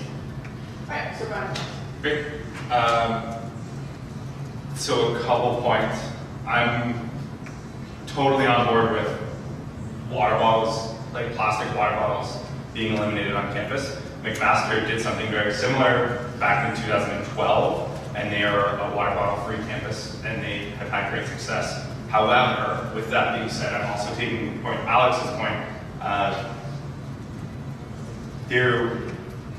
And we've been having conversations I have over the summer with the university admin about putting in proper water stations in all of the buildings, because I think that goes hand in hand with your access point.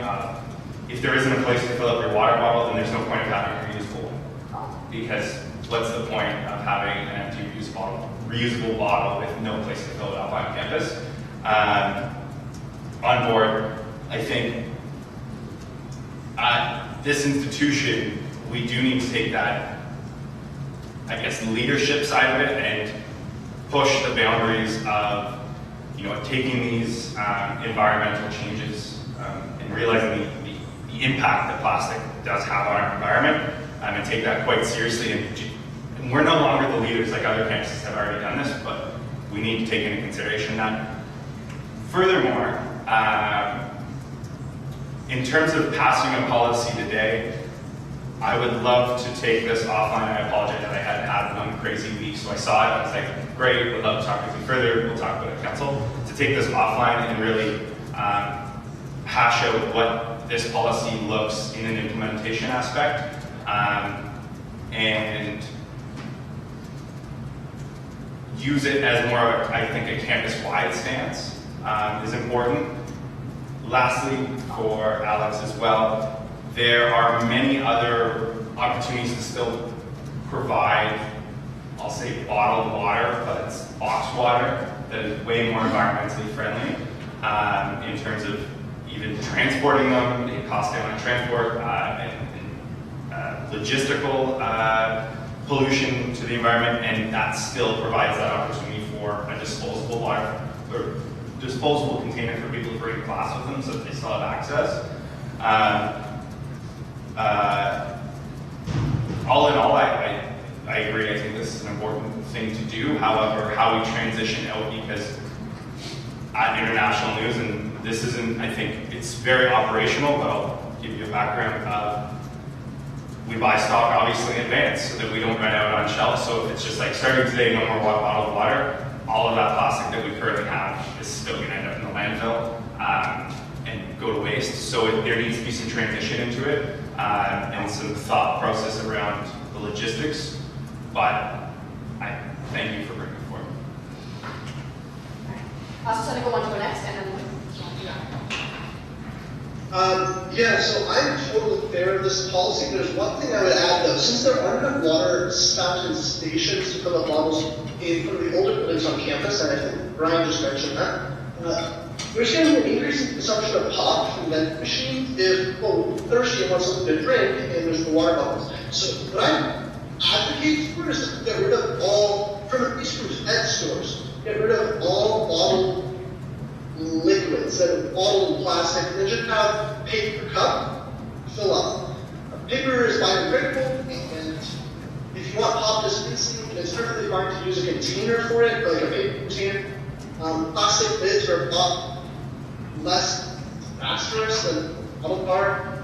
I mean, if you just consider it's like 2.5 liters oil per bottle, per plastic bottle. So I mean, that's how much oil you're putting in the environment every time you use one of those bottles.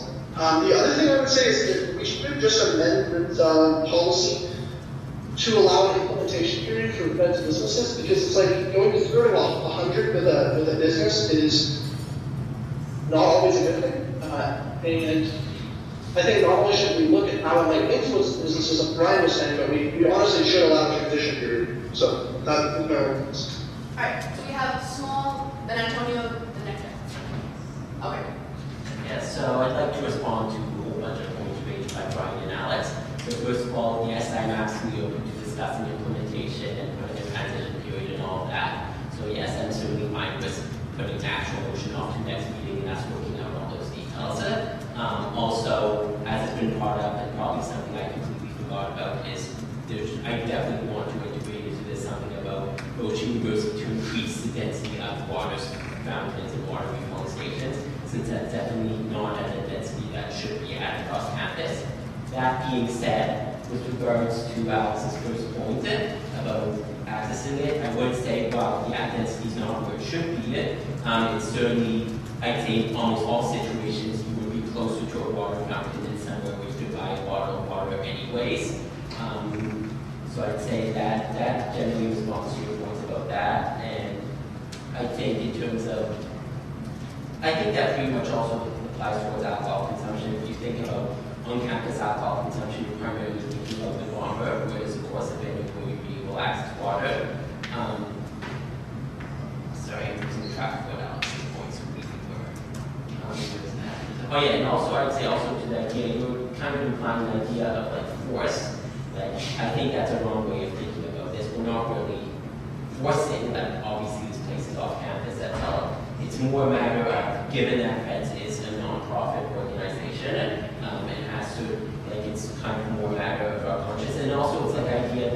at a certain point you kind of need to influence what's available in order to prevent like buying the easiest choice. So I see it less about free will and more about guiding the available options and putting incentives. Alright, so Andrew, you're next. Yeah, I'm not gonna repeat some of the points that Brian said, but I do encourage you to consult with him on this. But just if I'm looking at it from council procedures perspective, if this were to come to PPC, it wouldn't really pass the litmus test, just because some of the resolved bad statements are a little like out of the jurisdiction of council policy, and they're they're too suggestive of internal operations, right? So it's a little bit different to be, hey, we have resolved that the Federation students would work to eliminate plastic bottle beverages. That's something different. But to say you must sell paper cups and you must do this and that, that's too prescriptive in terms of internal operations. So just keep in mind with whatever you work with Brian, or if this policy gets brought up again, to keep that in mind.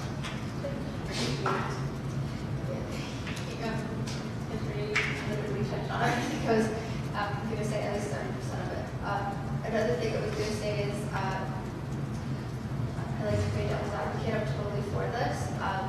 But in the meanwhile, until we have the infrastructure in place in those old buildings, would it make sense to keep the water bottles in those buildings that don't have the infrastructure? But that, I'm saying if we decide to phase this out, like that would be the last part that we phase out.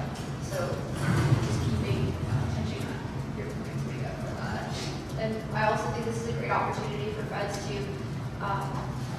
branding, like you can have really nice water bottles, but branding, that's I think it's a one tiny way of student engagement and identity with the university and their student society, but also showing that we have a strong stance on the environment. Because we always want to hold the government accountable for the environment. It's about time that we hold ourselves accountable, and we have the opportunity to do that to a certain extent. So that's all.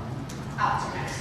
So to add on to what I was saying before, and after listening to a couple of people, I want to say that this is the wrong solution to the right problem. I think we all agree that we want to help out the environment, and we want to at least promote the use of reasonable materials. But perhaps a better way to go about this is to add more recycling bins where we could throw out, or we could recycle disposable water bottles rather than throw them out and make it more environmentally friendly.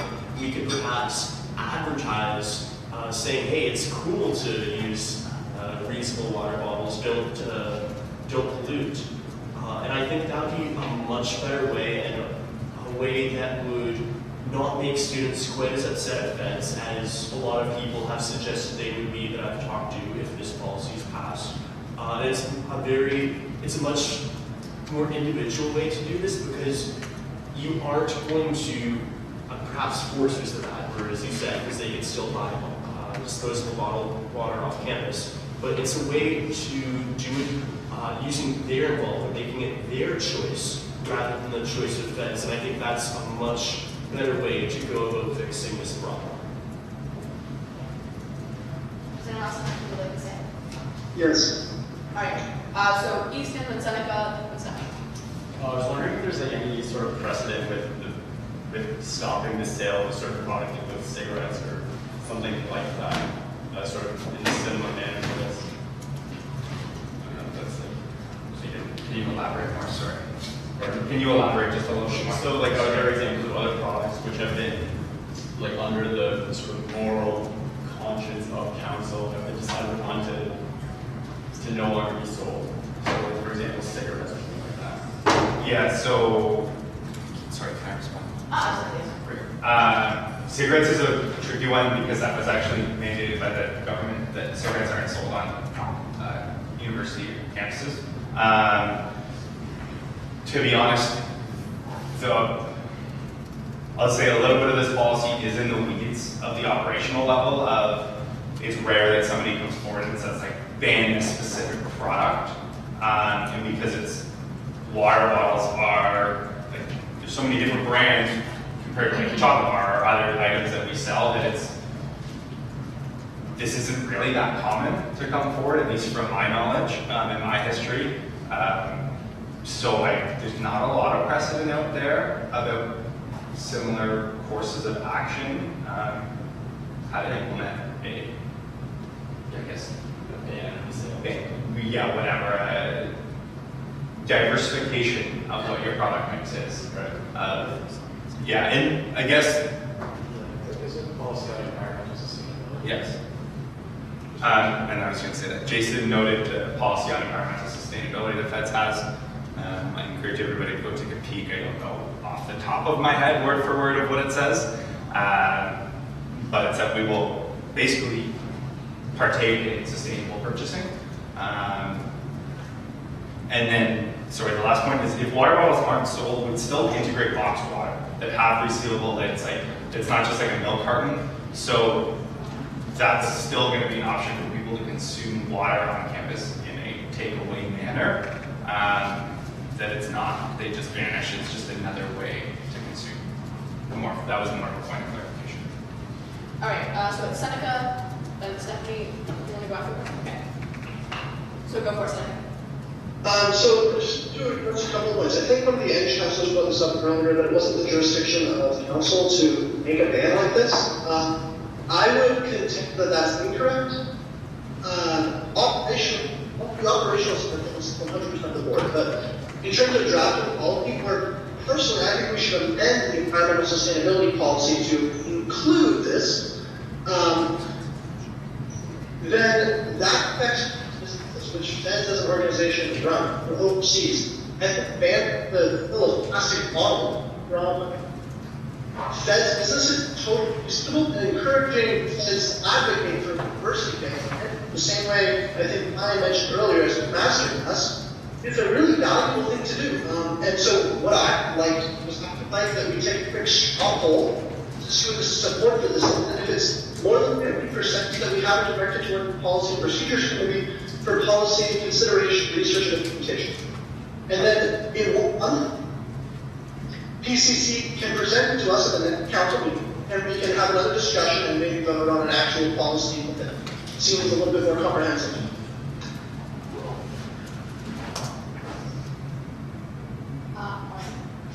So Stephanie, you're next. Yeah, so I was just going to add more kind of student opinions and stuff that have just been passed down to me from like board students. There definitely is a large proportion of students who are like thrilled about this policy. That might just be because the majority of responses were from environment students, and like within our like kind of thing, like our equivalent of coffee and donut shop is like, oh, you need to bring your own reusable container, or we provide you one, no paper cups or something like that. So like keep that in mind, but there is like a large amount of students who are very interested and thrilled to see this policy come about because they do feel as if it is Feds representing the right thing. At the same time, I did receive some student opinions, not the majority, but a lot of people kind of believe that it's not really Feds' place to necessarily mandate that. Definitely McMaster and Waterloo are different kind of environments socially, so I do estimate that we would receive some degree of backlash from that. One kind of suggestion that was made when I was doing this poll was that instead of a kind of like Feds cease to actively advertise the fact that they sell water bottles, to kind of like put them in the side or in like the corner and let people know that like if they're looking for them, you know, that they're available there, but not necessarily like I see a water bottle, I'm gonna go buy it, because I think right now it's like on this shelf right there with like umbrellas or something like that, like it's very out there. So kind of making reusable water bottles a lot more visible to kind of influence purchasers' decisions. Sure. And so we have Rebecca and then Alex. I did also want to point out when we are looking, if we do end up re-looking at the environmental sustainability policy and stuff, there are buildings on campus with absolutely like no recycling bins on entire floors. I know for a fact, like we have a big environment class in RCH and people like actually have actively hunted a recycling bin on the second and ground floor, which seems to me to be kind of ridiculous for the amount sheer volume of students we have. We need to have at least some more of that, so if that's something that Feds could also look towards. That's totally feasible, and we have a USRC Undergraduate Student Relations Committee, where we bring forward feedback on Monday. I'll bring that forward at that point forward in other business. That's, yeah. So looks like a couple of good points that were brought up, especially the one about perhaps rather than just stop selling these water bottles, just not advertise them and put them more to the side. I think that's perhaps a good way to go about it. And Anthony brought up the fact that not everything might pass the PPC review because of the way it's worded. So perhaps we should consult with students, as was brought up, perhaps with a poll, so we can see what everyone is thinking, and then come back the next meeting with a newly revised policy that that we could all discuss and agree upon, and perhaps get some of these compromises that are out there. So I move that we postpone this vote until the next month's meeting. I just wanted to that. Sure. I'd love to see Jason and Brian touch base offline, and instead of like going out and polling and consulting students on what's there right now, maybe they'll be able to come up with something for the next meeting or to PPC in a couple weeks or whatever, and you know, that we can work off and get that consultation based on the discussion on what's presented right now. So I'd love to see them get in touch offline first before any other action. So Tristan, and then Brian, and then I think we can maybe wrap up this discussion. So, yeah, there was a point about this being internal. So internal policies are technically not policies, but PPC is looking to make them policies in some form. So this would probably fall into that. I also think that revamping our environmental sustainability policy is probably a good idea, and then enact, and that maybe PPC can come up with something to review. But yeah, as it stands right now, this wouldn't be a policy, much like a number of our current policies, just something we're trying to rectify. So the green circles around, and then PPC could maybe come up with a new classification, and we could modify our policy for the next meeting to allow this kind of thing. Right. I just wanted to clarify points I made earlier when I was discussing coffee donut shops and the environment, student society, and whatnot. That was just me referring to the possible bias of my answers. I was not making the suggestion that we kind of dictate what the kind of faculty societies sell. Yeah. No, just more of a summarize. That's okay, just to wrap it up. So to wrap this up, in the short term, action items that I will take on the operational end is to bring water bottles out of the forefront and also bring in boxed water into international news and put those at the forefront. On top of that, I will also look into the pricing of the durability of certain water bottles, because there are cheap reusable ones out there, but if you're going to reuse a cheap one and then it's going to break after a couple times, it's not really saving the environment anything. They kind of need to be quality. So that's something else that I'll look into, and the feasibility to implement that into international news. Just so we are acting upon this before there's even a policy made, but I recognize the importance of all of the points and hopefully creating a meeting and meeting in the middle with everybody before any policies or anything are made. Does that sound fair? Well, so Seneca would like to move that we direct this to policy, this policy to PPC for a revamp of the environmental sustainability policy. Do we have a second for that? Rebecca? So a vote, all in favor?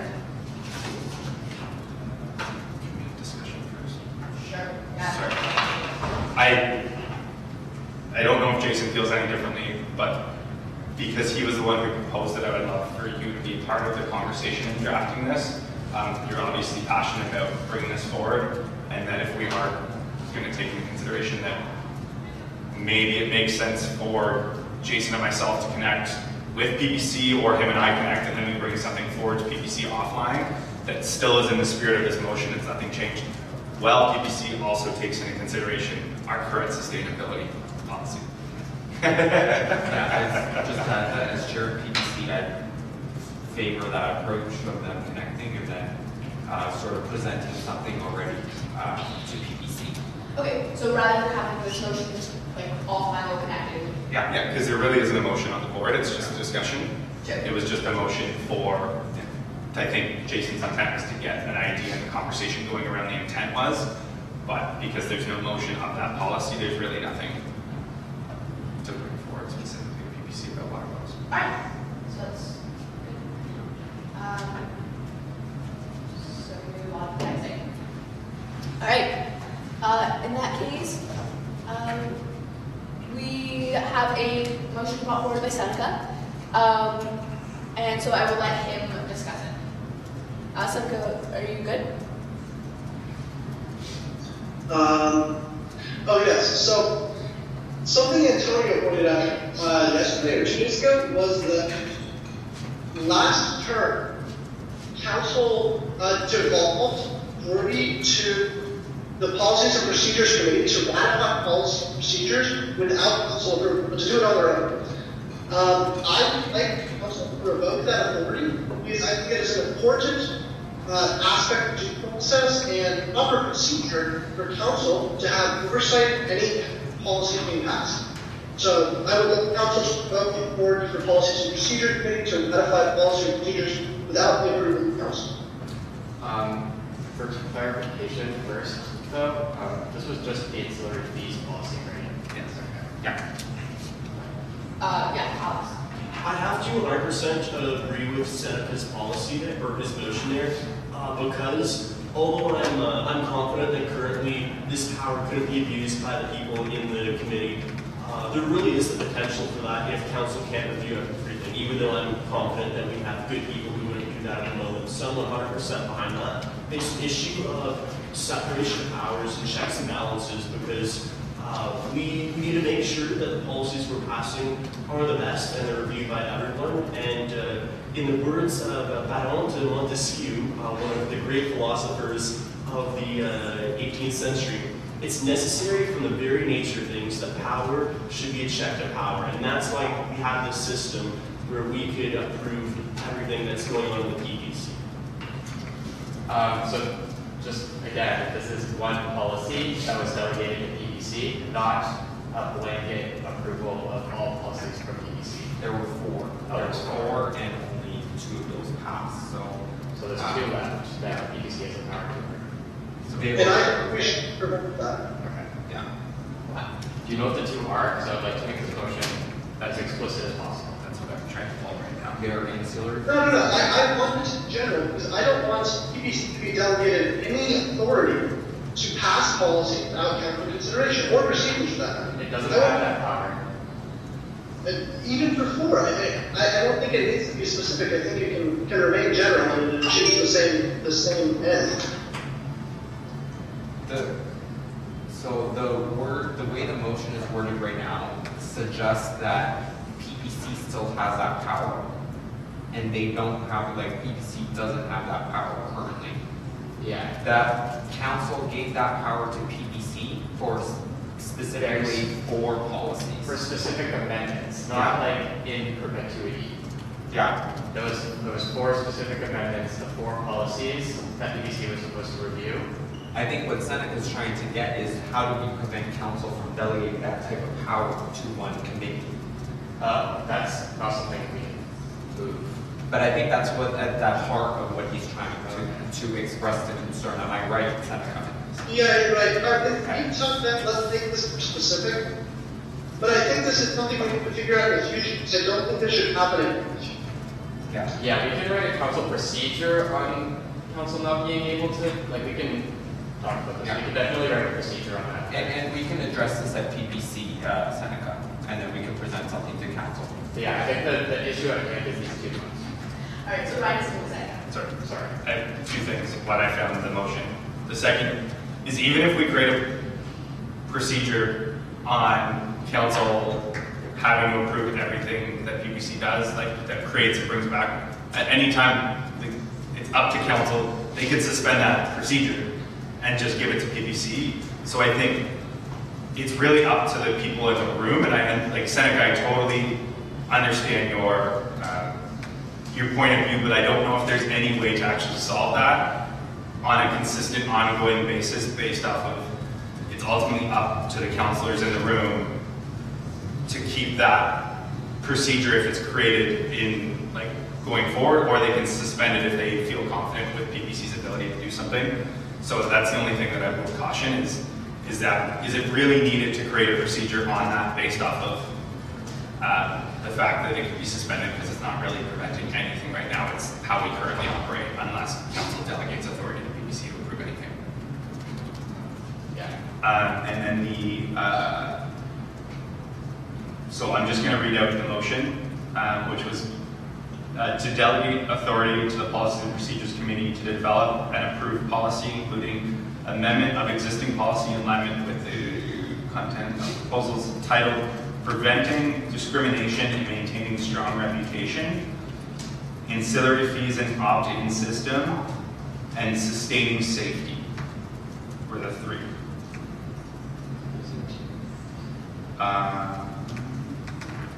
Can you just send those to me, actually?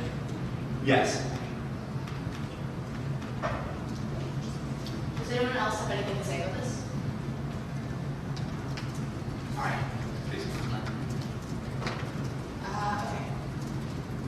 Okay. So in that case, Seneca, are you okay with that amendment to make it specific to these 4 policies, and then we can discuss how to address the other concerns you had? Sure, then I guess we should also motion then to update the minutes to reflect the change in the motion. Yeah.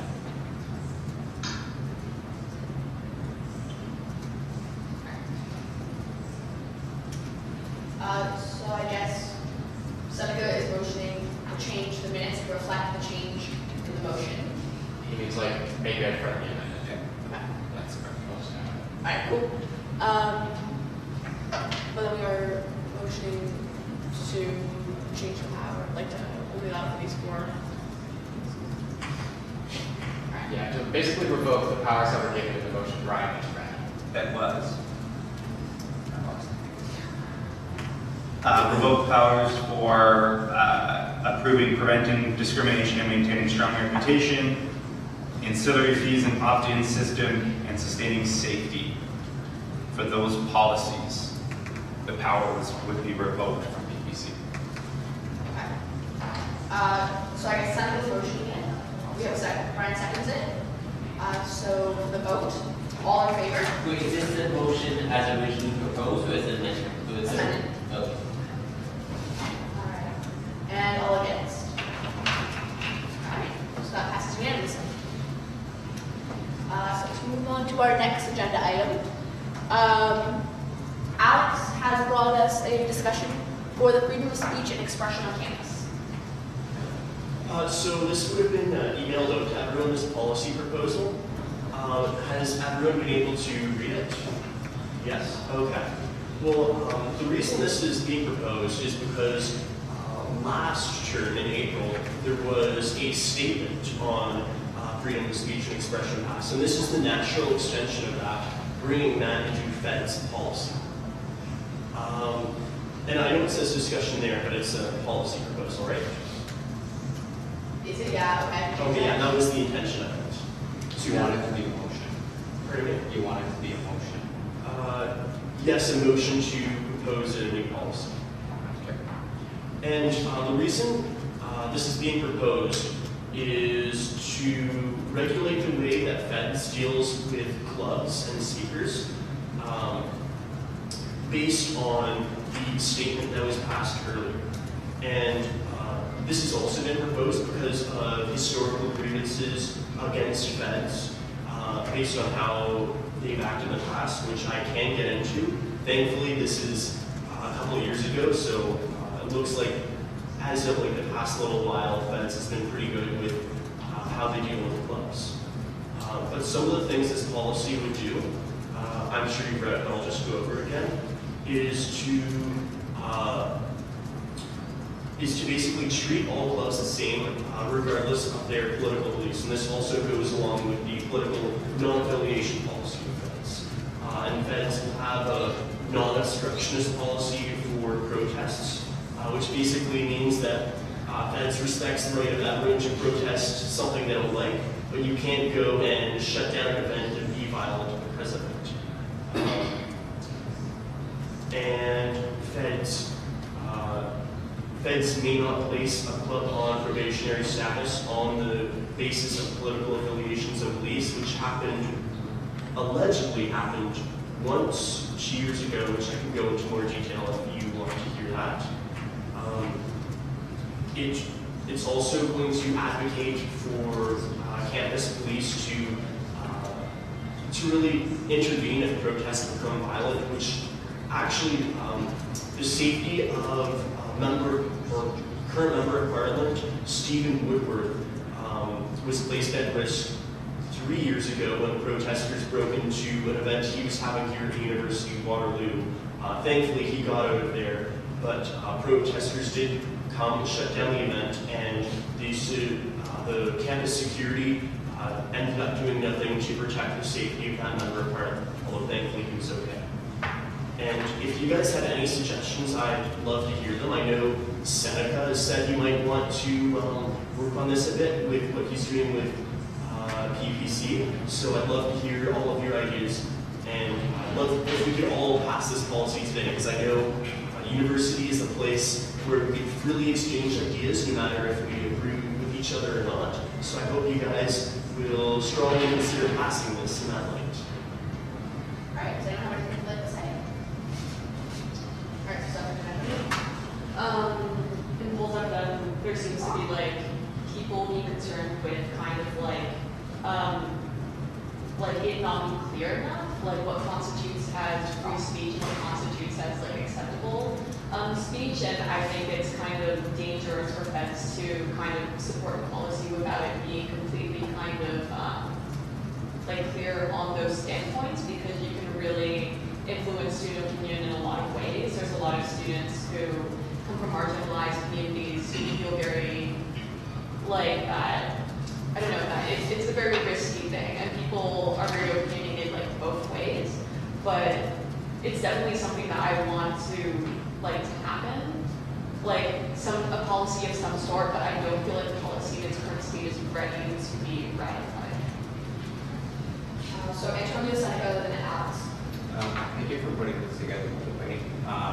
But as Seneca did mention in that email thread, PPC is looking at the freedom of expression policy that's in the books, but expired, and there's some really good stuff in there that can be incorporated into policy, like both elements of both policies can be incorporated.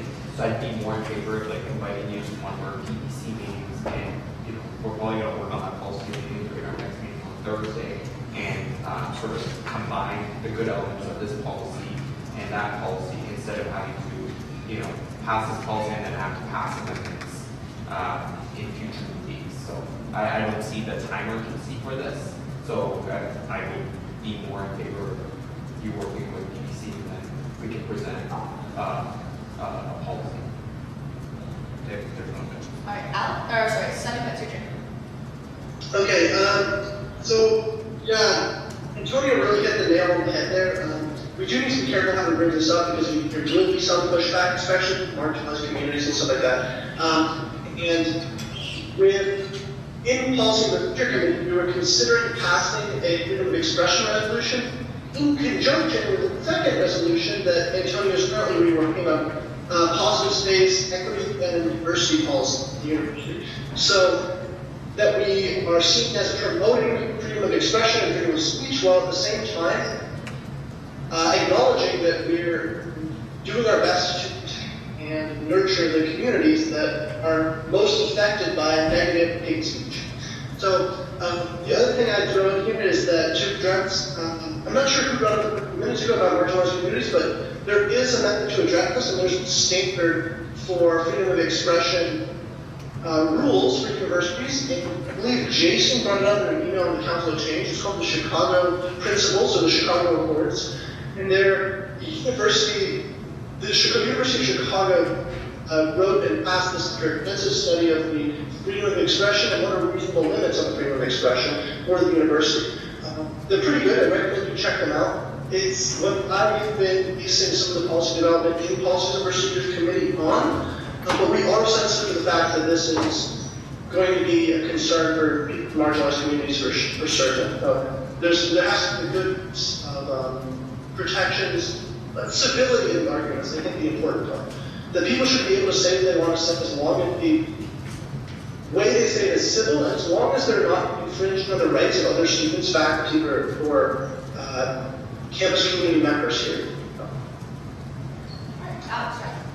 So I'd like to address some of the points brought up. First, you brought up the fact that some people might feel uncomfortable or marginalized by what other people say. Is that a correct summary of what you're saying? Yes, that is correct statement. Oh, okay. And the thing with that is, I really hope no one chooses to use their speech to that way. But the fact of the matter is, if someone really has that much hate in their heart that they would say something insulting or marginalizing someone else, free speech is the only way that we could recognize that they have hate in their heart and politely and with the dignity confront them and give a logical argument on why they should change their mind and why their opinion isn't the right way. I don't believe in freedom of speech because they should say that people should say hateful things. I believe in freedom of speech because it's the only way to change people's minds when they do think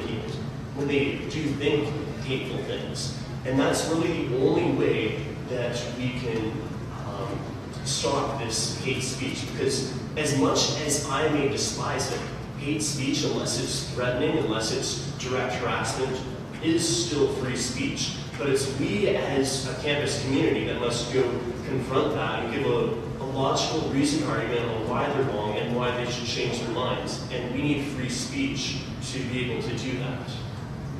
And to address Antonia's point, that was a good point. I do think Seneca is doing some good things with the PPC, although I would say it might be simpler to at least have a policy put forward first and then amend on that. Of course, if this doesn't pass, I'd be more than happy to work with Seneca and the PPC on their policy, although I think it's more effective to pass this first with potential amendments if anyone wants to change them. I'm more than open to that. I was just going to say that I think what Councillor Stephanie and Seneca was trying to get at, I think all of us in this room believe in free speech.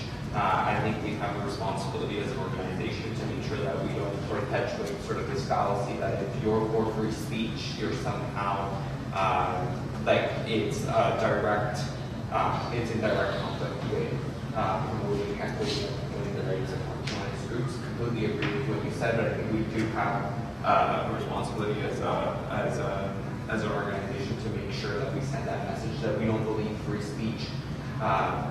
Advocating for free speech necessarily, stands in the way of people trying to advance equity initiatives. And I think that's what some of the councillors are saying. Again, I think for the sake of time, that's my advice to council, for the sake of time, I think it would be better to, for you to come to PPC and work with us on it.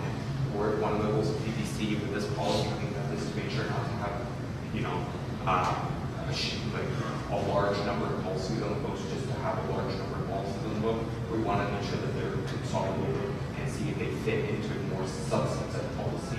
So I think with all that being said, I recommend again I wrote this motion down, not in opposition to the policy that you have, because I do believe in free speech, but just more in terms of process and some of the goals that we want to accomplish as a council and as an organization. So really just, and then we have Tristan and Stephanie.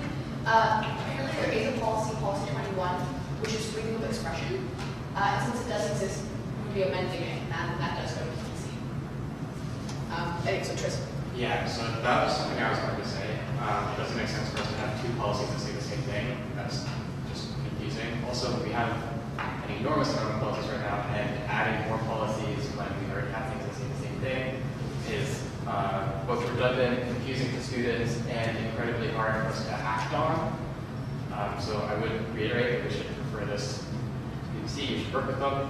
The other point I wanted to make is that we're trying as a body to perform first and second readings of policies in order to give counselors the time to discuss and then bring back the feedback and maybe work with the mover of the motion to develop a more cohesive policy.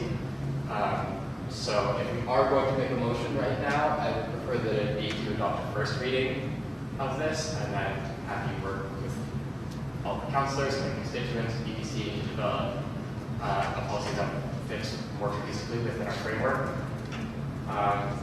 And the third point I want to make, which I'm making as a counselor, not as a secretary of the BBC, is that we should be very, very careful not to use, I agree with Antonio, free speech and equity are not dichotomies, but we do need to be very careful about creating spaces on campus, and a lot of the times these free speech policies can be used as ways to allow people to say hateful things, and I agree that it is important for people to say what they think, but it's also important for us to make sure that people feel welcome in the discussions where we're talking about things like race and gender and other things that people would potentially be using this policy to infringe on other people's right to be on this campus.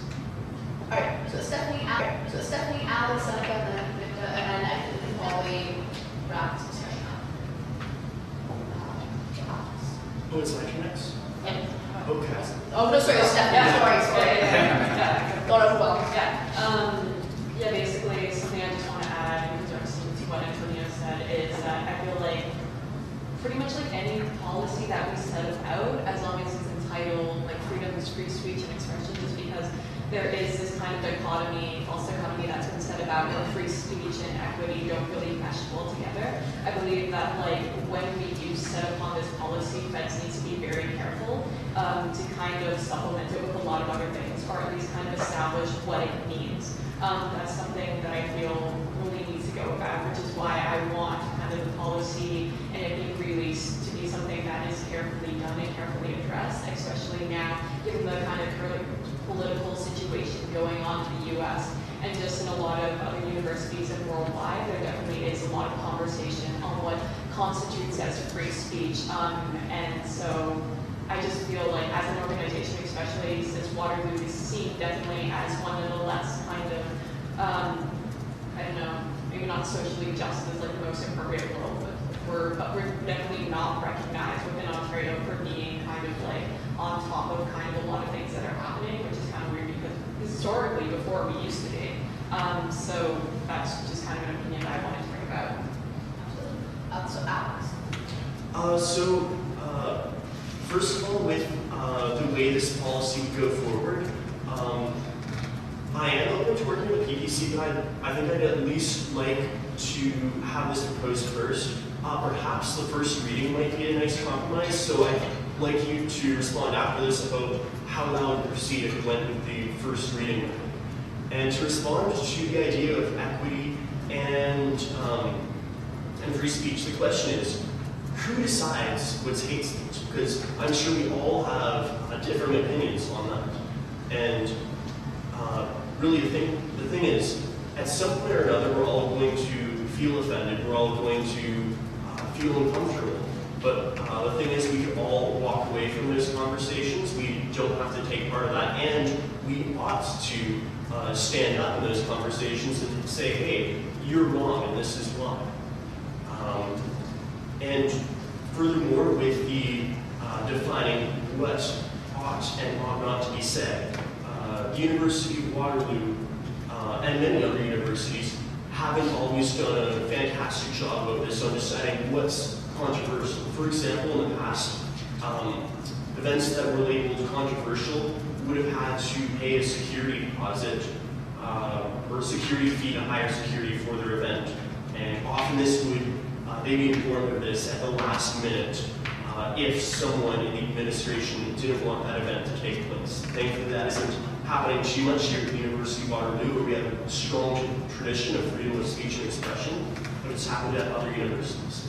And coincidentally, things like this often happen to groups that have political opinions that are mainstream, but just happen to not align with that of the administration.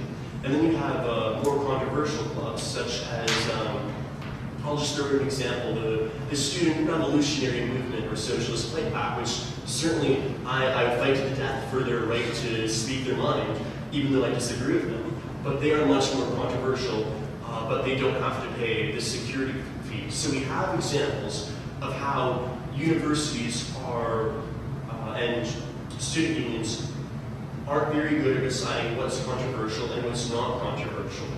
And if someone literally is threatening or harassing or putting at risk someone's safety, we have laws to deal with that, and I'm sure we already do have university policy if it doesn't fall into a law. We have anti-harassment policies. We have, well, the law has anti-threat policies if someone is legitimately threatening someone else. So we have laws to deal with this, and it's not our right as a student union to say what ought to and ought not to be said, because we have our own biases when it comes to this. So the best we could do is promote the rejection of hate speech, and if someone does have hate speech, to say, hey, you're wrong, and this is why, and potentially change their minds and change their minds to the supporters. Because you're not going to do that if people aren't allowed to say what they think. In fact, it's often proven that if someone does have hateful ideas and they aren't allowed to speak,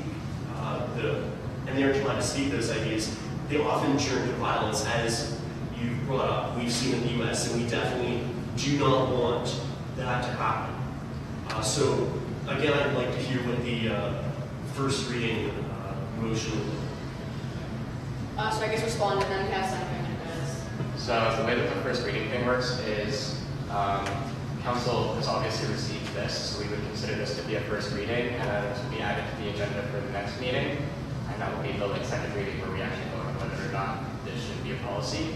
And between those times, so now that councils have seen it and had a preliminary discussion, everyone can reach out to you with their amendments and how they would like to see this, and you talk to the UC with those amendments, and we create a recent policy, and then that gets brought up at the next meeting. Can I ask a quick question? Sure. So people would be asking me for amendments over the next month if we did this first reading thing? Yeah, so you would then, people who are interested in seeing changes to this policy would then connect with you about what changes they think should happen, and obviously it's your policy, it's up to you which ones you would like to adopt, and then we bring forward the revised policy at the next meeting. Okay, let's go with that. Alright, so Senator, any of you guys want to speak? Yes. Alright, so go first. So I'm going to address a couple things. One is that I'm going to reiterate what I said a few minutes ago, and to address the concern that some councillors have regarding the backlash against a free speech policy as aggressive as this. And that is, at PPC we've discussed the introducing this policy at the same, freedom of expression policy, at the same time as our equity and diversity policy. So that we're not seen as an institution that promotes, that wants to use this as an opportunity to allow people with hate speech to use that hate speech.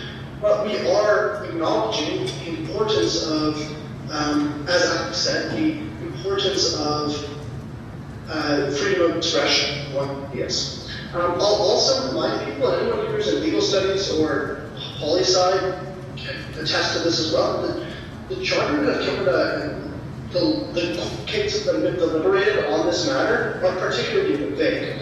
The Charter prevents or limits expression when it is used in a subversive, hateful manner. But there's been 3 major court cases on that, and each one of them have been more or less counter to the previous ones. And so there's a ton of ambiguity in how that's enforced currently. So, I mean, there are reasonable limits, at least in this country, there's reasonable limits on the extent of freedom of expression when it becomes hateful. Then as for the first reading motion, I would rather the policy be sent to PPC, and Alex, I invite you to participate in those discussions when we're working on this policy. But PPC has a draft policy of this, and there is one on the books already. I think it would be far better to send this policy to policies and procedures. So I put a counter motion forward that we redirect this policy to the policies and procedures committee. Alright, so I think they're our last person to comment. Yeah, that's a motion. Yeah. Oh, okay. Go. We have to, you're on the speaking list for the previous motion. We now have another motion on the floor. So, It's more of a statement than, is it like a point of order type of statement? no, it's just a consideration. I'm not sure, go for it. I just wanted to say that when you guys are reviewing this, can you please look into what safeguards you will put for people who are let's say, marginalized or end up being impacted negatively by free speech. Does that make sense? Like, I know you were saying that there's laws to protect these people, but like, as Seneca said, they're really vague, and if you actually go like pursue it, because it bothers you that much, that requires a lawyer. So it's just really unrealistic. So just what safeguards we will put in place to protect our students that are negatively impacted by this, and not counseling services. Alright, Brian's going first. Sorry, give me a second for this motion. This is regarding my point of order, actually. Okay. Did we ever do a mover and a seconder for the first motion? Because it was brought up as a discussion, and then it was just said this is going to be a motion, but nobody ever moved or second, so therefore there's no. I was supposed to mover, but I didn't catch it. I don't think we actually have. I don't think we did. Sorry. So, Would someone like to, we can go back, because otherwise this second motion doesn't make sense. okay. So, I know the second the previous mo, Alex's previous motion. Alright, so Brian's. That is just the first reading. No, that's the original one. And then I amended it to the first reading. Is this the full proposal or is this the first reading at this point? Sorry. Full proposal that you put forward in your email is what was put on the table and supposed to be put on the table initially for us to like first and second, but that never happened, even though we had a full discussion about that. So it's just kind of going back to say this is what we discussed, and then Seneca can bring forward his amendment. Yeah, and then I made my amendment, which we adopted friendly amendment since you were friendly to it, so we don't need to vote on that. And then Seneca just proposed a motion that council delegate this to PPC to develop in concert with the current freedom of expression policy, which needs a seconder to discuss that. So there's two motions at this point, right? There's two motions, the first reading and then the delegating to PPC. Yeah, so the first reading is a motion, and then Seneca's put up a counter motion. Yeah, so this is a procedural type motion. So if this one passes, then we stop talking about this. No, you can comments on this.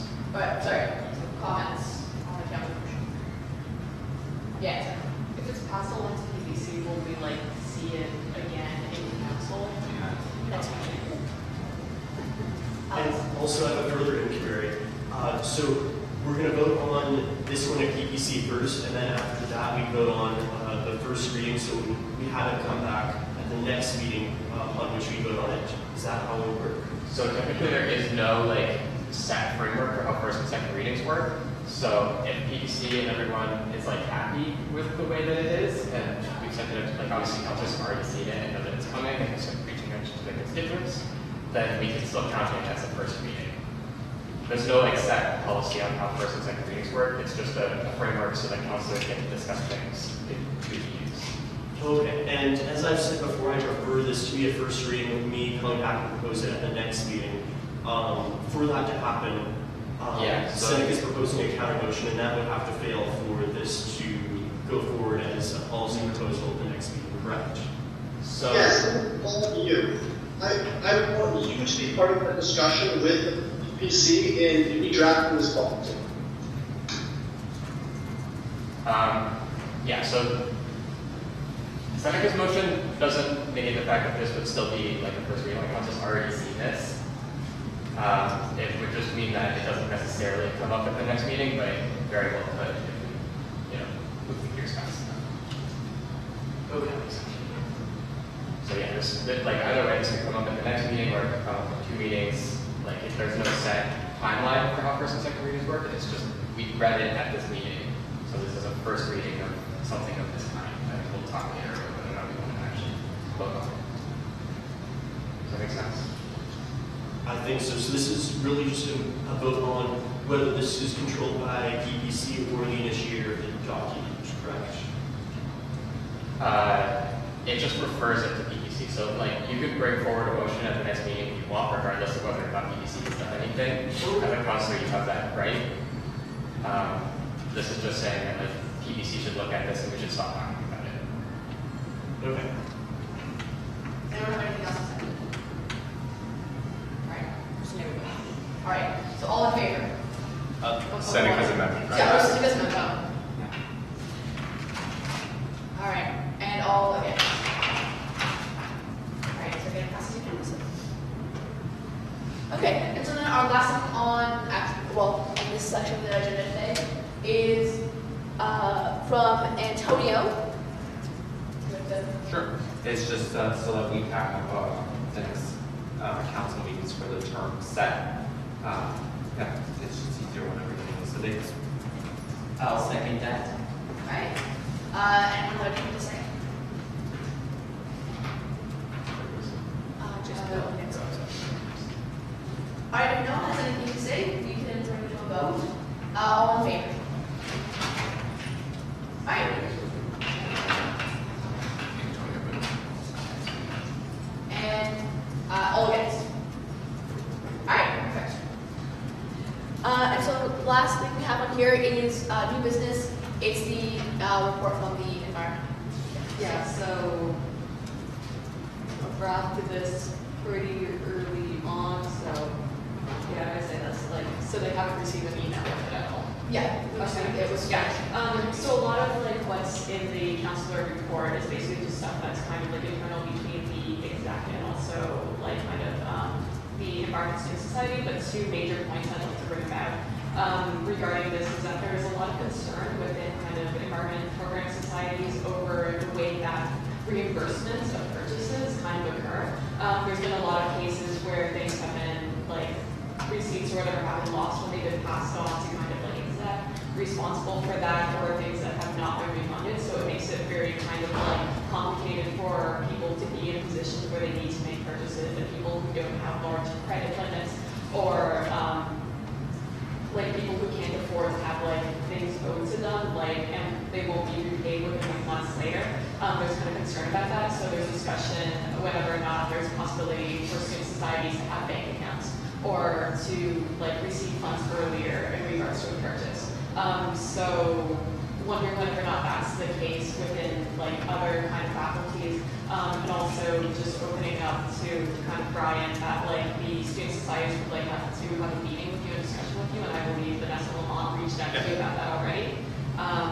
So that's one point. The second point is kind of wondering about the student-led endowment fund sleep and how well it's done in outreach, because there's been like, I only know it exists because I'm the chair of the endowment fund within the faculty of environment, but I haven't really seen a lot of outreach by them, and I believe it's important for endowment funds to make students aware of the fact that, you know, they can contribute to kind of updates of student space, and I know particularly within science and other faculties, the endowment funds don't actually support kind of updates to student space that increase accessibility or functionality, and I believe it's important if there are funds available for student-initiated projects to kind of have an influence on how kind of the university is designed. How many questions? Yeah. I can just comment to your first part. Purchasing funds within student society, or purchasing items and stuff and waiting for the reimbursement of receipts getting lost. So in consultation with our society's accountant, they now possess like a credit card to be able to purchase things on behalf of societies, as long as it's shown that things have been approved. So if you're like, as long as your budget's approved and things are approved and everything, all the steps are followed, we can actually make the purchase for them. And that's just happened recently. Vanessa came and did speak with me, and so that's going to be a rollout of communication with all societies as VP Finance is coming into this term and have to start having their meetings with our society accountants. And that should reduce the load onto individuals to make those bigger purchases, as well as I'm coming up with like more of a streamlined process to pass on to VP Finances for processes of how to store receipts when they can get reimbursed, which is as soon as they get that receipt, they can technically get that individual reimbursed, which is some societies, there's some confusion around that. So it is being actioned to ensure that there's more communication and awareness around that. Okay. And I think Sunny has something like to say as well. Yeah, the only other thing to add was, have you looked into making an online submission for check request from the society's members? Let's say you submit your BP Finance and your student society or whatnot, a scanned copy online through some online form, and then it's to feds the accountant for reimbursement. Yep, that's actually a project that we have going on the back end. I can bring updates at the next meeting. I don't have a status update off the top of my head of when that is planned to be launched. But yes, that is one of the many priorities, and that will also transition over into clubs and other areas of where students can get reimbursed, so it won't just be exclusive for societies. But yes, that's the plan. Does anyone else have anything to say? Not related to that. I mean, Okay. Oh, is this some new business stuff? Yeah, we're new. Oh, I was just informed by one of the people just came in. They wanted to run for an open student at large position on the IAC. Is that position open? IAC is full, but Oh yeah, it looks like it's full. All right. I think Jason. Yeah, I actually have 2 points here. My first one, I'd like to make the suggestion that for future meetings, the speaker actually enforce limits for submitted motions, just because it's been a bit of a whirlstorm with like getting motions the night before the meeting. It would be good if councils had a few days to consider the entire agenda as it will occur. And the second thing is, it's actually, I think a number of us maybe have forgotten, unless I'm mistaken, that there actually are several committees whose seats are supposed to change every term, so are we supposed to be filling those? Yeah, sorry. Depending on the committee, yes. If they're a formal committee, then Yeah, I believe off the top of my head, co-op student council is one such committee that's technically now fully vacant. So, sorry, I believe, don't quote me on this because I don't have the actual text in front of me, but unless people on those committees will still hold their seats unless otherwise appointed at the start of the term. Okay. So that's just to say that it still has people on it, but to bring forward new members, that is to kind of refresh that committee, that's something that needs to be brought forward as well. Hey, Jill. yes. There were, I don't know, 1 or 2 people who went to join IFC. I think they went in your direction. Does council need to approve it? Once we've been in communication, then we can ratify the next meeting. Okay. Do not receive emails from them. Because I just received emails to you about IFC. I have not received emails to be on new members for IFC. Alright, I will, to you or Shaw, maybe to you on Facebook, because I haven't, well, on my inbox like a month and a half ago about it. Sure, if you'd like to, yeah, either or, Facebook or forwarding the emails, and then we can ratify the next meeting. Okay. So I can raise something, right? Yeah. Okay. So over the past beginning of this year, actually, I don't know if you're aware, but our campus or architecture school went through accreditation, and accreditation basically happened through the CA, Canadian Architectural Certification Board.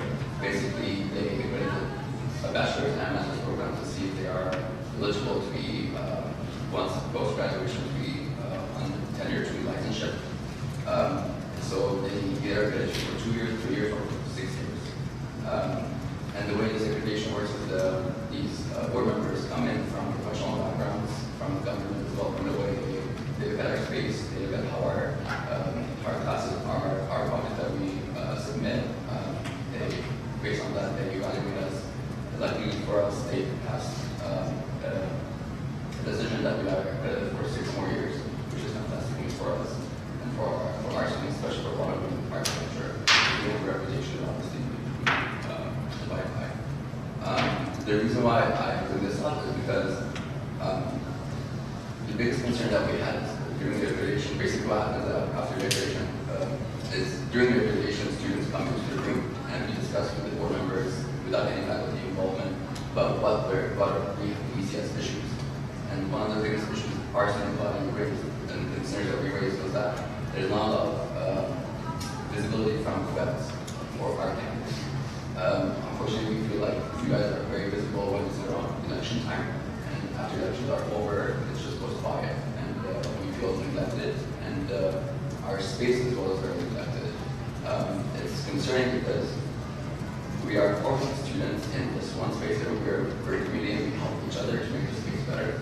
But we're a campus of Army Software School, about how many thousand students, and we don't feel like we're part of that at all. And that's very, very sad.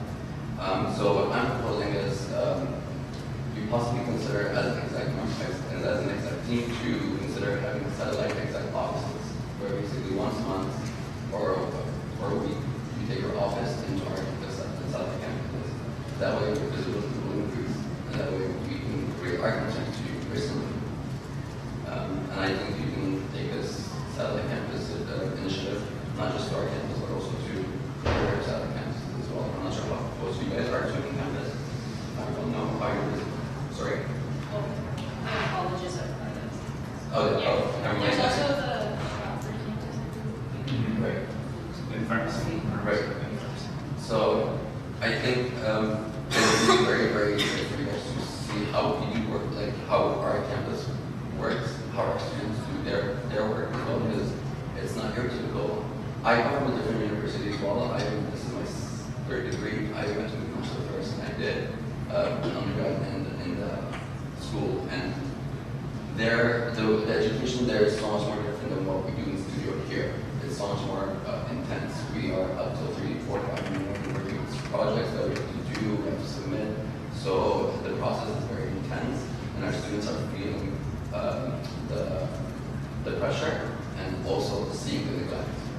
So I kindly give this to you guys as an executive to consider and possibly bring something forward for us. Yeah. And if you have any other ideas, please feel free to reach out. We'll brainstorm on our end as well and keep in contact. Thank you. So Jason, do you want to bring forward a motion to appoint people to the? No, I would just, as long as they're not fully vacant now, it's fine. Okay. Alright. Does anyone else have anything they'd like to bring up? Yeah. Just keeping in mind Jason's point, what are the committees that need new members on a term-by-term basis? Someone will look into that, assuming each executive will know. Because then the subsequent follow-up question was when are committees meeting for this semester and have they already started meeting? How if we weren't changing, then obviously we'd have to encourage meetings. Yeah, if you're on the committee, just reach out. Does anyone have anything else?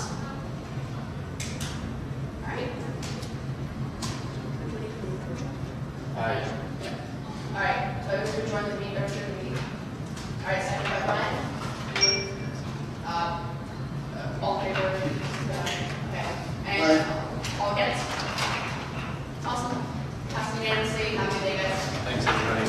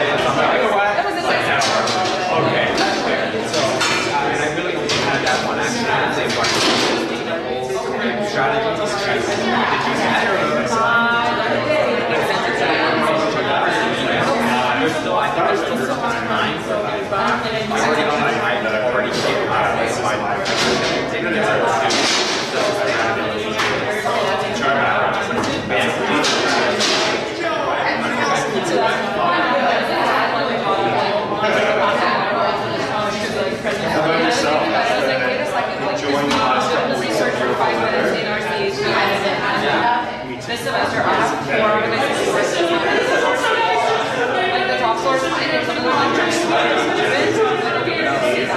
downstairs, like you see and then you have like for like a stats course, everyone's just looking at it like so I think that one class, one room. Well, great meeting. So, I'm not fly by. Yeah.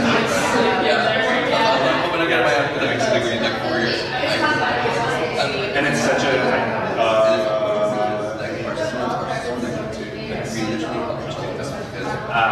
no, that's, I can only imagine. It's like no one's like,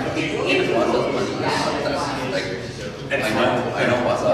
people who don't have flood insurance or do, but not really because they want specific zone reporting and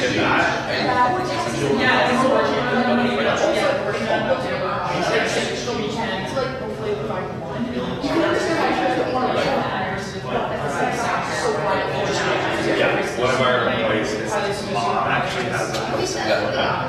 They don't buy flood insurance because they're in a zone that they consider as too close to the water. So the only flood insurance you can buy is from the state, and it's like you pay $2,000 a year, and it only covers you up to $20,000. So it's like, I might as well put that in a rainy day fund when it's a mom, and then that's not fair. So their house, they actually like apparently it's like 4 kilometers. The hurricane went through them. So their house didn't get flooded, but everybody was basically yeah, it was incredible.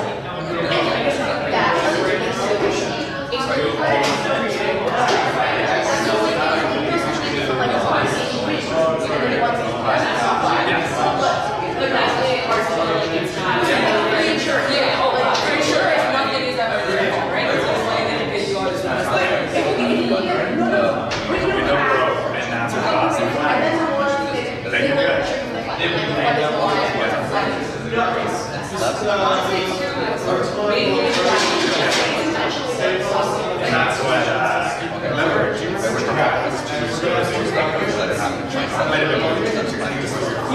where we just got like vicious rain, streets were like underwater. So people were actually taking their meals and bringing them because they asked where the water came from, even though it was coming in like this and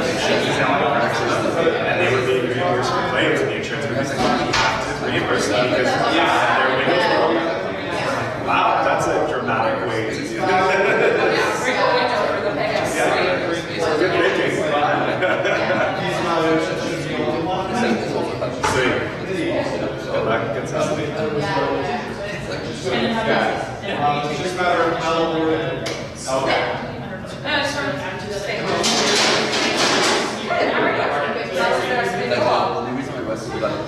I'm still working there. I'm doing oh, nice. That's why It ended up being non-co-op, but Tables. last term I was working with Diana. Bridges. Whatever. So, I saw an area of a number of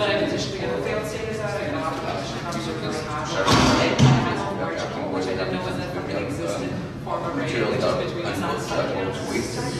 So I said, why not start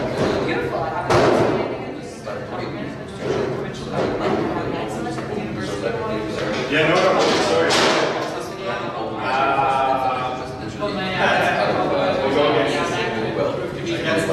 Yeah.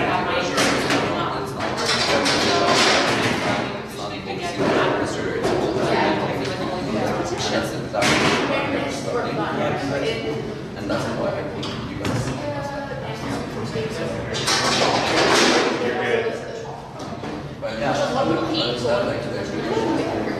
yeah, no, my like looks real good. It's just like I'm hoping it goes away, but yeah. that's a recreation. Did you end up like getting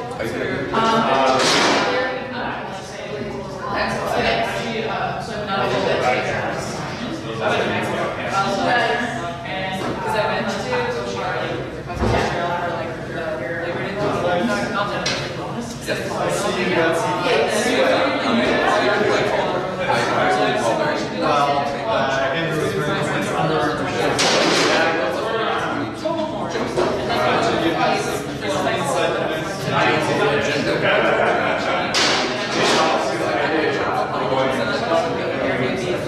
short-term and long-term. I work equalizing in terms of way more 5 years at the sports store. Again, national. And so I built like systems on for that. And you just get to know people. So we got like 60% off price tags. Well, it is. Like, not as big thing. Or like, like extended gym, so into courtyard. We have the architects. Thank you for being so on top of the box water stuff. Yeah. Not bottles of I water. already talked to the professor and said, just bring me over. I was looking into it of the 2 companies because there's only really 2 in America that do it. An extension. So And I forget which one's which, but the one, they're actually more environmentally, they're like a couple percent per fee that you're paying, but their practices are more environmentally sustainable. And so, And honestly, if you were to raise the price, so Well, yeah, no, we're definitely.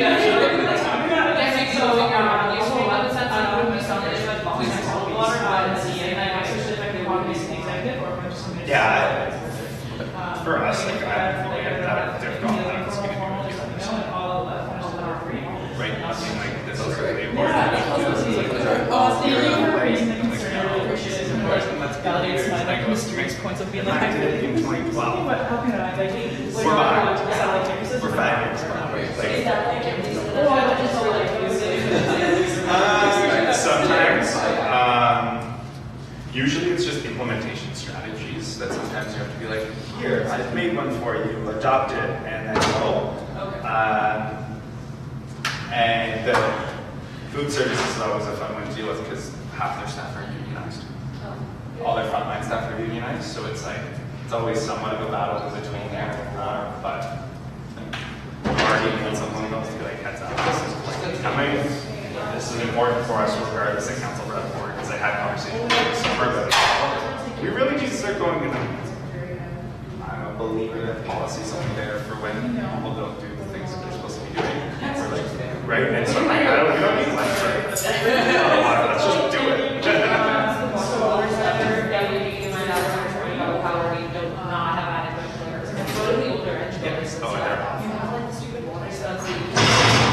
Yes. You smash your teeth off of something on the back. Yeah, the one we have in the SLC back in this corner over here, I used to say that we had.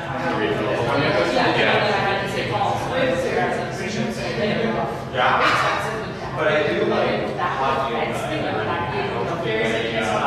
so the ones in this building were I do like body stress. That was years ago they did that.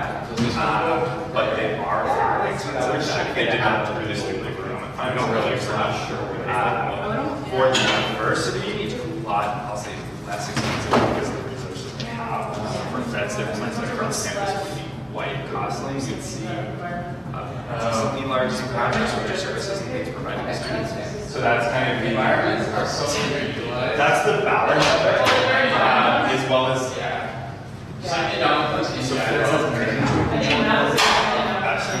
but it's still all 5 university. So all the infrastructure, so like Washington, we don't hire contractors to establish because that's part of their jurisdiction. We just look after the lease, and not even from the the last one is let's negotiate a lease together. Is if we feel that this tenant is working for the student center, for the student services. And so it looks like this is since we have taken it, since we have taken control, because that's when I was a racer outside of the jurisdiction of the university, all of the original receipts for services that we can actually has until they voluntarily basically agreement. Yeah, so, but definitely the like I'm gonna have the conversation tomorrow at the committee and just say, hey, listen, like this is something if we want to become more courses like environmental sustainability university, we need to take the actions first before we can actually go, no more bottled water on campus, we need to make it count. So with respect to that as well, would it be? We'll give out like $50,000 because I know like, 100%. well, faculty's out there staffing funds, right? Could it down in funds? Oh, for those, yes, for sure. I guess my thinking is, We have no way of checking like because it's part of your infrastructure, and deferred maintenance is a really big thing on East Campus. Just like the fact that we don't have hot water fountains is kind of a joke, and we have washrooms that doors don't work on them, and things like that, right? It's mind-boggling that I think that's, I fully believe that that's the responsibility of the institution, and we shouldn't have to resort to endowment funds where other things can be funded to improve the student experience for that specific faculty. Now, if the university says, no, we're not doing it, I think that's when the conversation goes to endowment funds of where the students really feel this is a priority. Well, let's show you how we're going to do it. But my first place would definitely be to have the conversations and get a firm answer, yes or no, at a time to move in when things will be implemented, or even further discussions when we're applicants to be able to advocate towards that. So that's probably it's going to be a combination of Andrew and myself from the relationship with the services of their implementation. That will be on my side, and then he's on a committee called UOP, the Council Operations Committee, where he can put more of that strategic thinking forward, as well as put it into the long-range plan of campus-wide planning and integration, and even like the ties on the signage and everything inside buildings. Let's get spaces healthy, let's get spaces functional. Are having with one student speakers. So we should probably there's our that's the difficulty is I think if all of our decisions we do in this room, we will move millions. But it's when we only do so much, have so much skill on campus and work. That's also part of the disconnect of it because the quality rate of communication from the vets, it's like, well, that's a survey, and they we've asked for that information. Google it, you can find it, but it's not super duper public data. And it's us also saying, let's not duplicate onto that surveys that they're doing, because then we look like we're being and going through those motions. So it's definitely we're not supposed to need to figure out a finer balance of communication and even if it's not us specifically hosting those surveys or doing that, of how we can push that information out as well as students. So that's something on the horizon, part of our strategic plan going forward. So yeah, but I mean in this meeting, a lot of the little you're right. We do need to fix that. You're right. This is on. It does need to be communicated, even with the OHIP stuff. Going to go to Ontario students. They're not saying if you have a private campus and pay taxes for 3 months, you can apply for OHIP as long as you have citizenship in Canada. So like if you're dual or you're out of province and you live in Ontario for 3 months or more and you're paying your taxes to Ontario, then you can technically apply for OHIP. So for a student, what does that look like? And are there any stipulations behind it? It's exactly, and so that's something like I've been working on this for like 4 months now and trying to get answers. We actually were invited to all the questions we had. They answered a lot of them and still some more unanswered. So we're going to hold off on mass communication until we get things firmed up, because I'm surprised it doesn't happen on January 1st. Like, I honestly thought it wasn't going to happen. It's a huge thing to implement. For mass, and for our co-op students and stuff, like they've at least took that into consideration where you can get up to 100, that's what I used to 200 days of prescription before you leave. It's huge, like it's huge. The unfortunate part is if you're out of province on an invitation, so you might only way to get out is through, it would be to come back or give written consent. Pick up that medication, but your prescriptions does come from your Ontario doctor. You can't get numbers on the computer. It all has to be done on a That's going to be the tricky thing that I think we're going to struggle with for like a year to 2 when people get the hang of it. And there's no long-term commitment. It's part of a 1-year plan, and that's it. And then there's an election happening. So you don't plug this. No, we can't. No? Okay. Because we can't there's a lot of things going on in the background that it's tough to report on until there's communication to say like this is what's happening. So you have to live like I have two really little things that are not entirely related to prescriptions. But one with the recycling rates and like everybody, I really like that. I had posted about them saying like what's actually recyclable to that. We need to be on the back.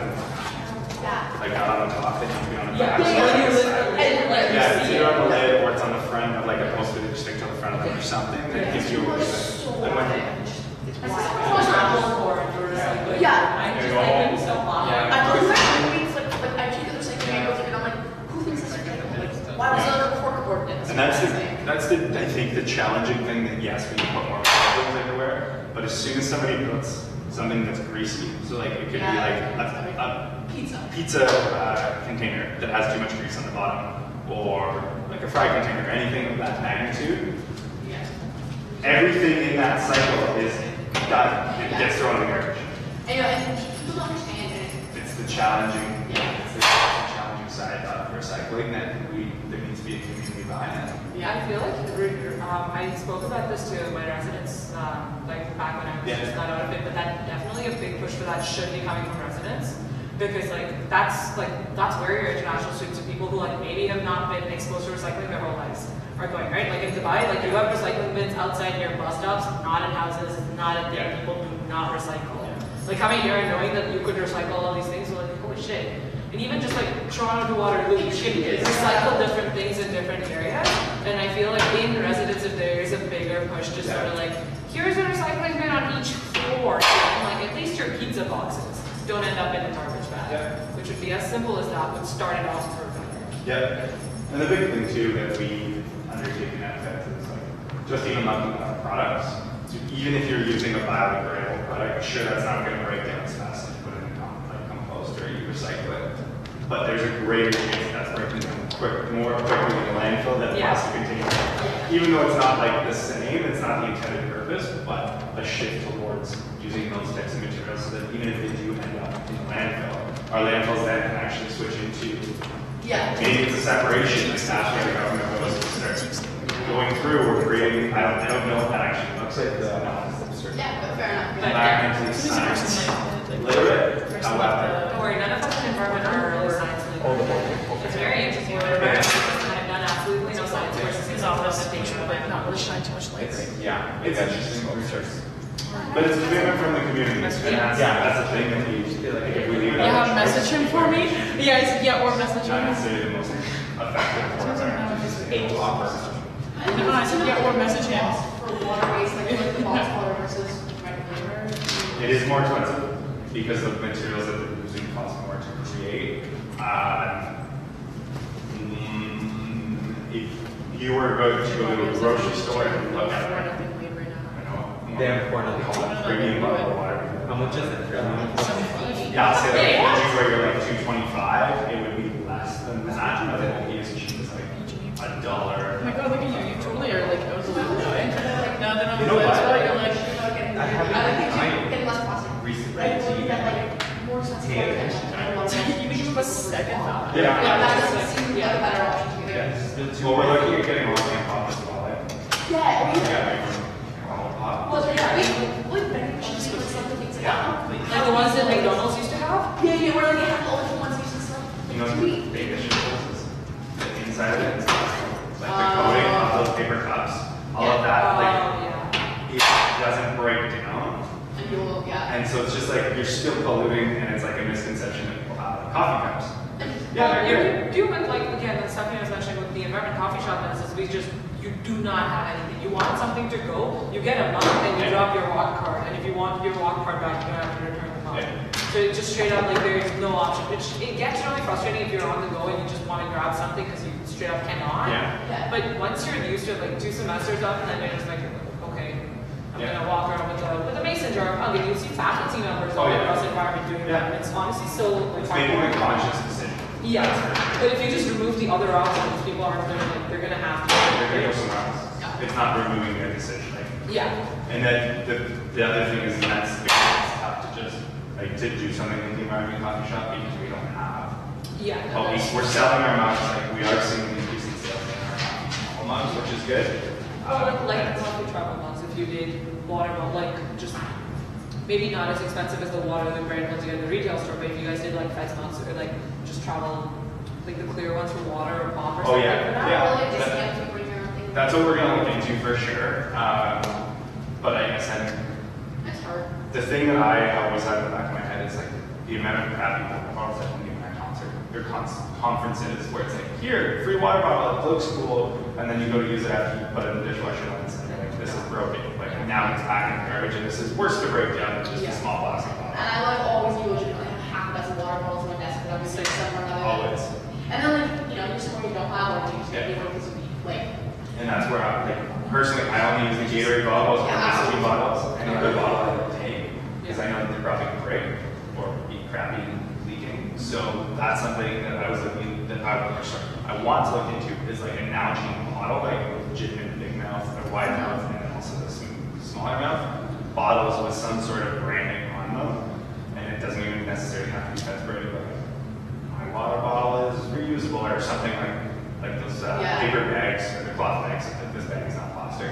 Something of a clever slogan so that when people purchase them, other people see them like, oh yeah, I should leverage bottles. So it's looking at the full cycle is the challenging because one thing is always going to create another decision factor unless you solve the problem and create it as awareness of urgent decision. Then you're not solving the core of the problem. But I like the conversation that's happening. I think that's key. Also, where was Andrew today? I feel like I missed wedding. Yeah, it's his best friend's wedding or something Oh. along those lines. Yeah, because I saw his name on like the people here, and I was like, where is the invisible no Andrew? Yeah. He was in the corner. But okay. I thought I really happy of the minutes. Yeah. I just got gone to the doodle pool virtually and like just like Yeah. making action out of No, I just got real confused. I was like, Yeah, it's just, yeah. And then you just say like, yeah, Andrew is not here. I'm also running on like 4 hours of sleep. I did not go to bed till 6 a.m. So I was not feeling sleepy. Like I worked a 3-hour shift. I like did not go out, nothing. I was sitting at home. I called my mom for 2 hours at like 4 in the morning. It was good. I know your pain. Just don't worry. It was like 2 months in a row that I was getting like an hour to an hour and a half, or an hour or half an hour of sleep every night. So I finally just packed up and went to the doctors and was like, help me. Try this small dosage, or like a limited amount of pills of like this sleeping pill. Took one the first night, and it was like a light for like 10 hours. Woke up and I was like, wow, I'm a new person. Like I am ready to seize the day. Honestly, catching up on sleep after like a week of not sleeping is the best thing. It's just like, I'm just gonna pass out for 14 straight hours, and anyone who tries to interrupt me will die. And you get frustrated when you don't sleep, which makes it worse. Yeah, I woke up and I'm like, okay, shit, I don't have blinds in my room, so I like woke up at 10 because I went to sleep right as the sun was rising. Yeah. So I was just like, I need to sleep till at least 10 o'clock because this is not gonna work. And I woke up like 9:45 on the dot. I was like, okay, Where are you going? this is a problem. Yeah. We need to sleep. Like, no, this is not. Yeah. Yeah. Also, would housing be something you look at or Andrew looks at? Like, you know, the residences and stuff. In terms of Well, with respect to orientation, early move-in dates and stuff, like how I was telling us about students coming in. yeah, that's would probably be a mix between Antonio and Andrew. Okay. All of those conversations will be happening around the fall reading break table that Andrew's at, but in terms of the impact of orientation and stuff, because Antonio's point on that, there'll be discussions, I would say like off the record discussions or away from that table, more strategic of how things can actually be implemented. For orientation specifically, that's Antonio, but housing move-in earlier, and like international move-ins that are earlier as well, regardless of when even orientation starts. I think that's something to look at. And that can be an Andrew thing. the colleges are really bad for that. When I had an international orientation, I was house direct for the 3 days my orientation was, and all the other people who were in UW residences could move in early. That was like smooth. St. Paul's like, yeah, we can't do that. So I had to go and like stay off campus, like I like Comfort Inn or whatever, like where my parents were at for the night. They came back from Mississauga just to make sure like someone was there with me, and then they had to go back, which seemed very redundant, and they were very displeased with how that worked. For sure. Because they were happy with how everything else worked up at that point. They found the transition period to be very like reassuring for them too, and that was the only like blight on the entire thing was why is there an international student essentially homeless for a night? Yeah, even though everything online, nothing explicitly states that university colleges don't let you move in that early, because you're told in orientation that, yeah, you can move in early, that's fine, and then you're not, and that throws you off. So that's also something that we can look at, or at least communicate to students so they're going to have to figure it out for one night. It would put you in a less weird situation as, Dad, can we come back from Mississauga? had to bring all my luggage too. Yeah. Which I had in Rev because I thought I was moving it straight from Rev to St. Paul's back to like off campus and then moving it back in the next morning, which yeah. Do I just put stop? It's on this thing. I'm afraid to touch it. Wasn't moving. I'm actually tutoring someone at 4:30. So I'm gonna head over to easy. Okay. There's a still model from there, the others. To a concert. Yeah, yeah. I don't remember. I'm tutoring like 2 months.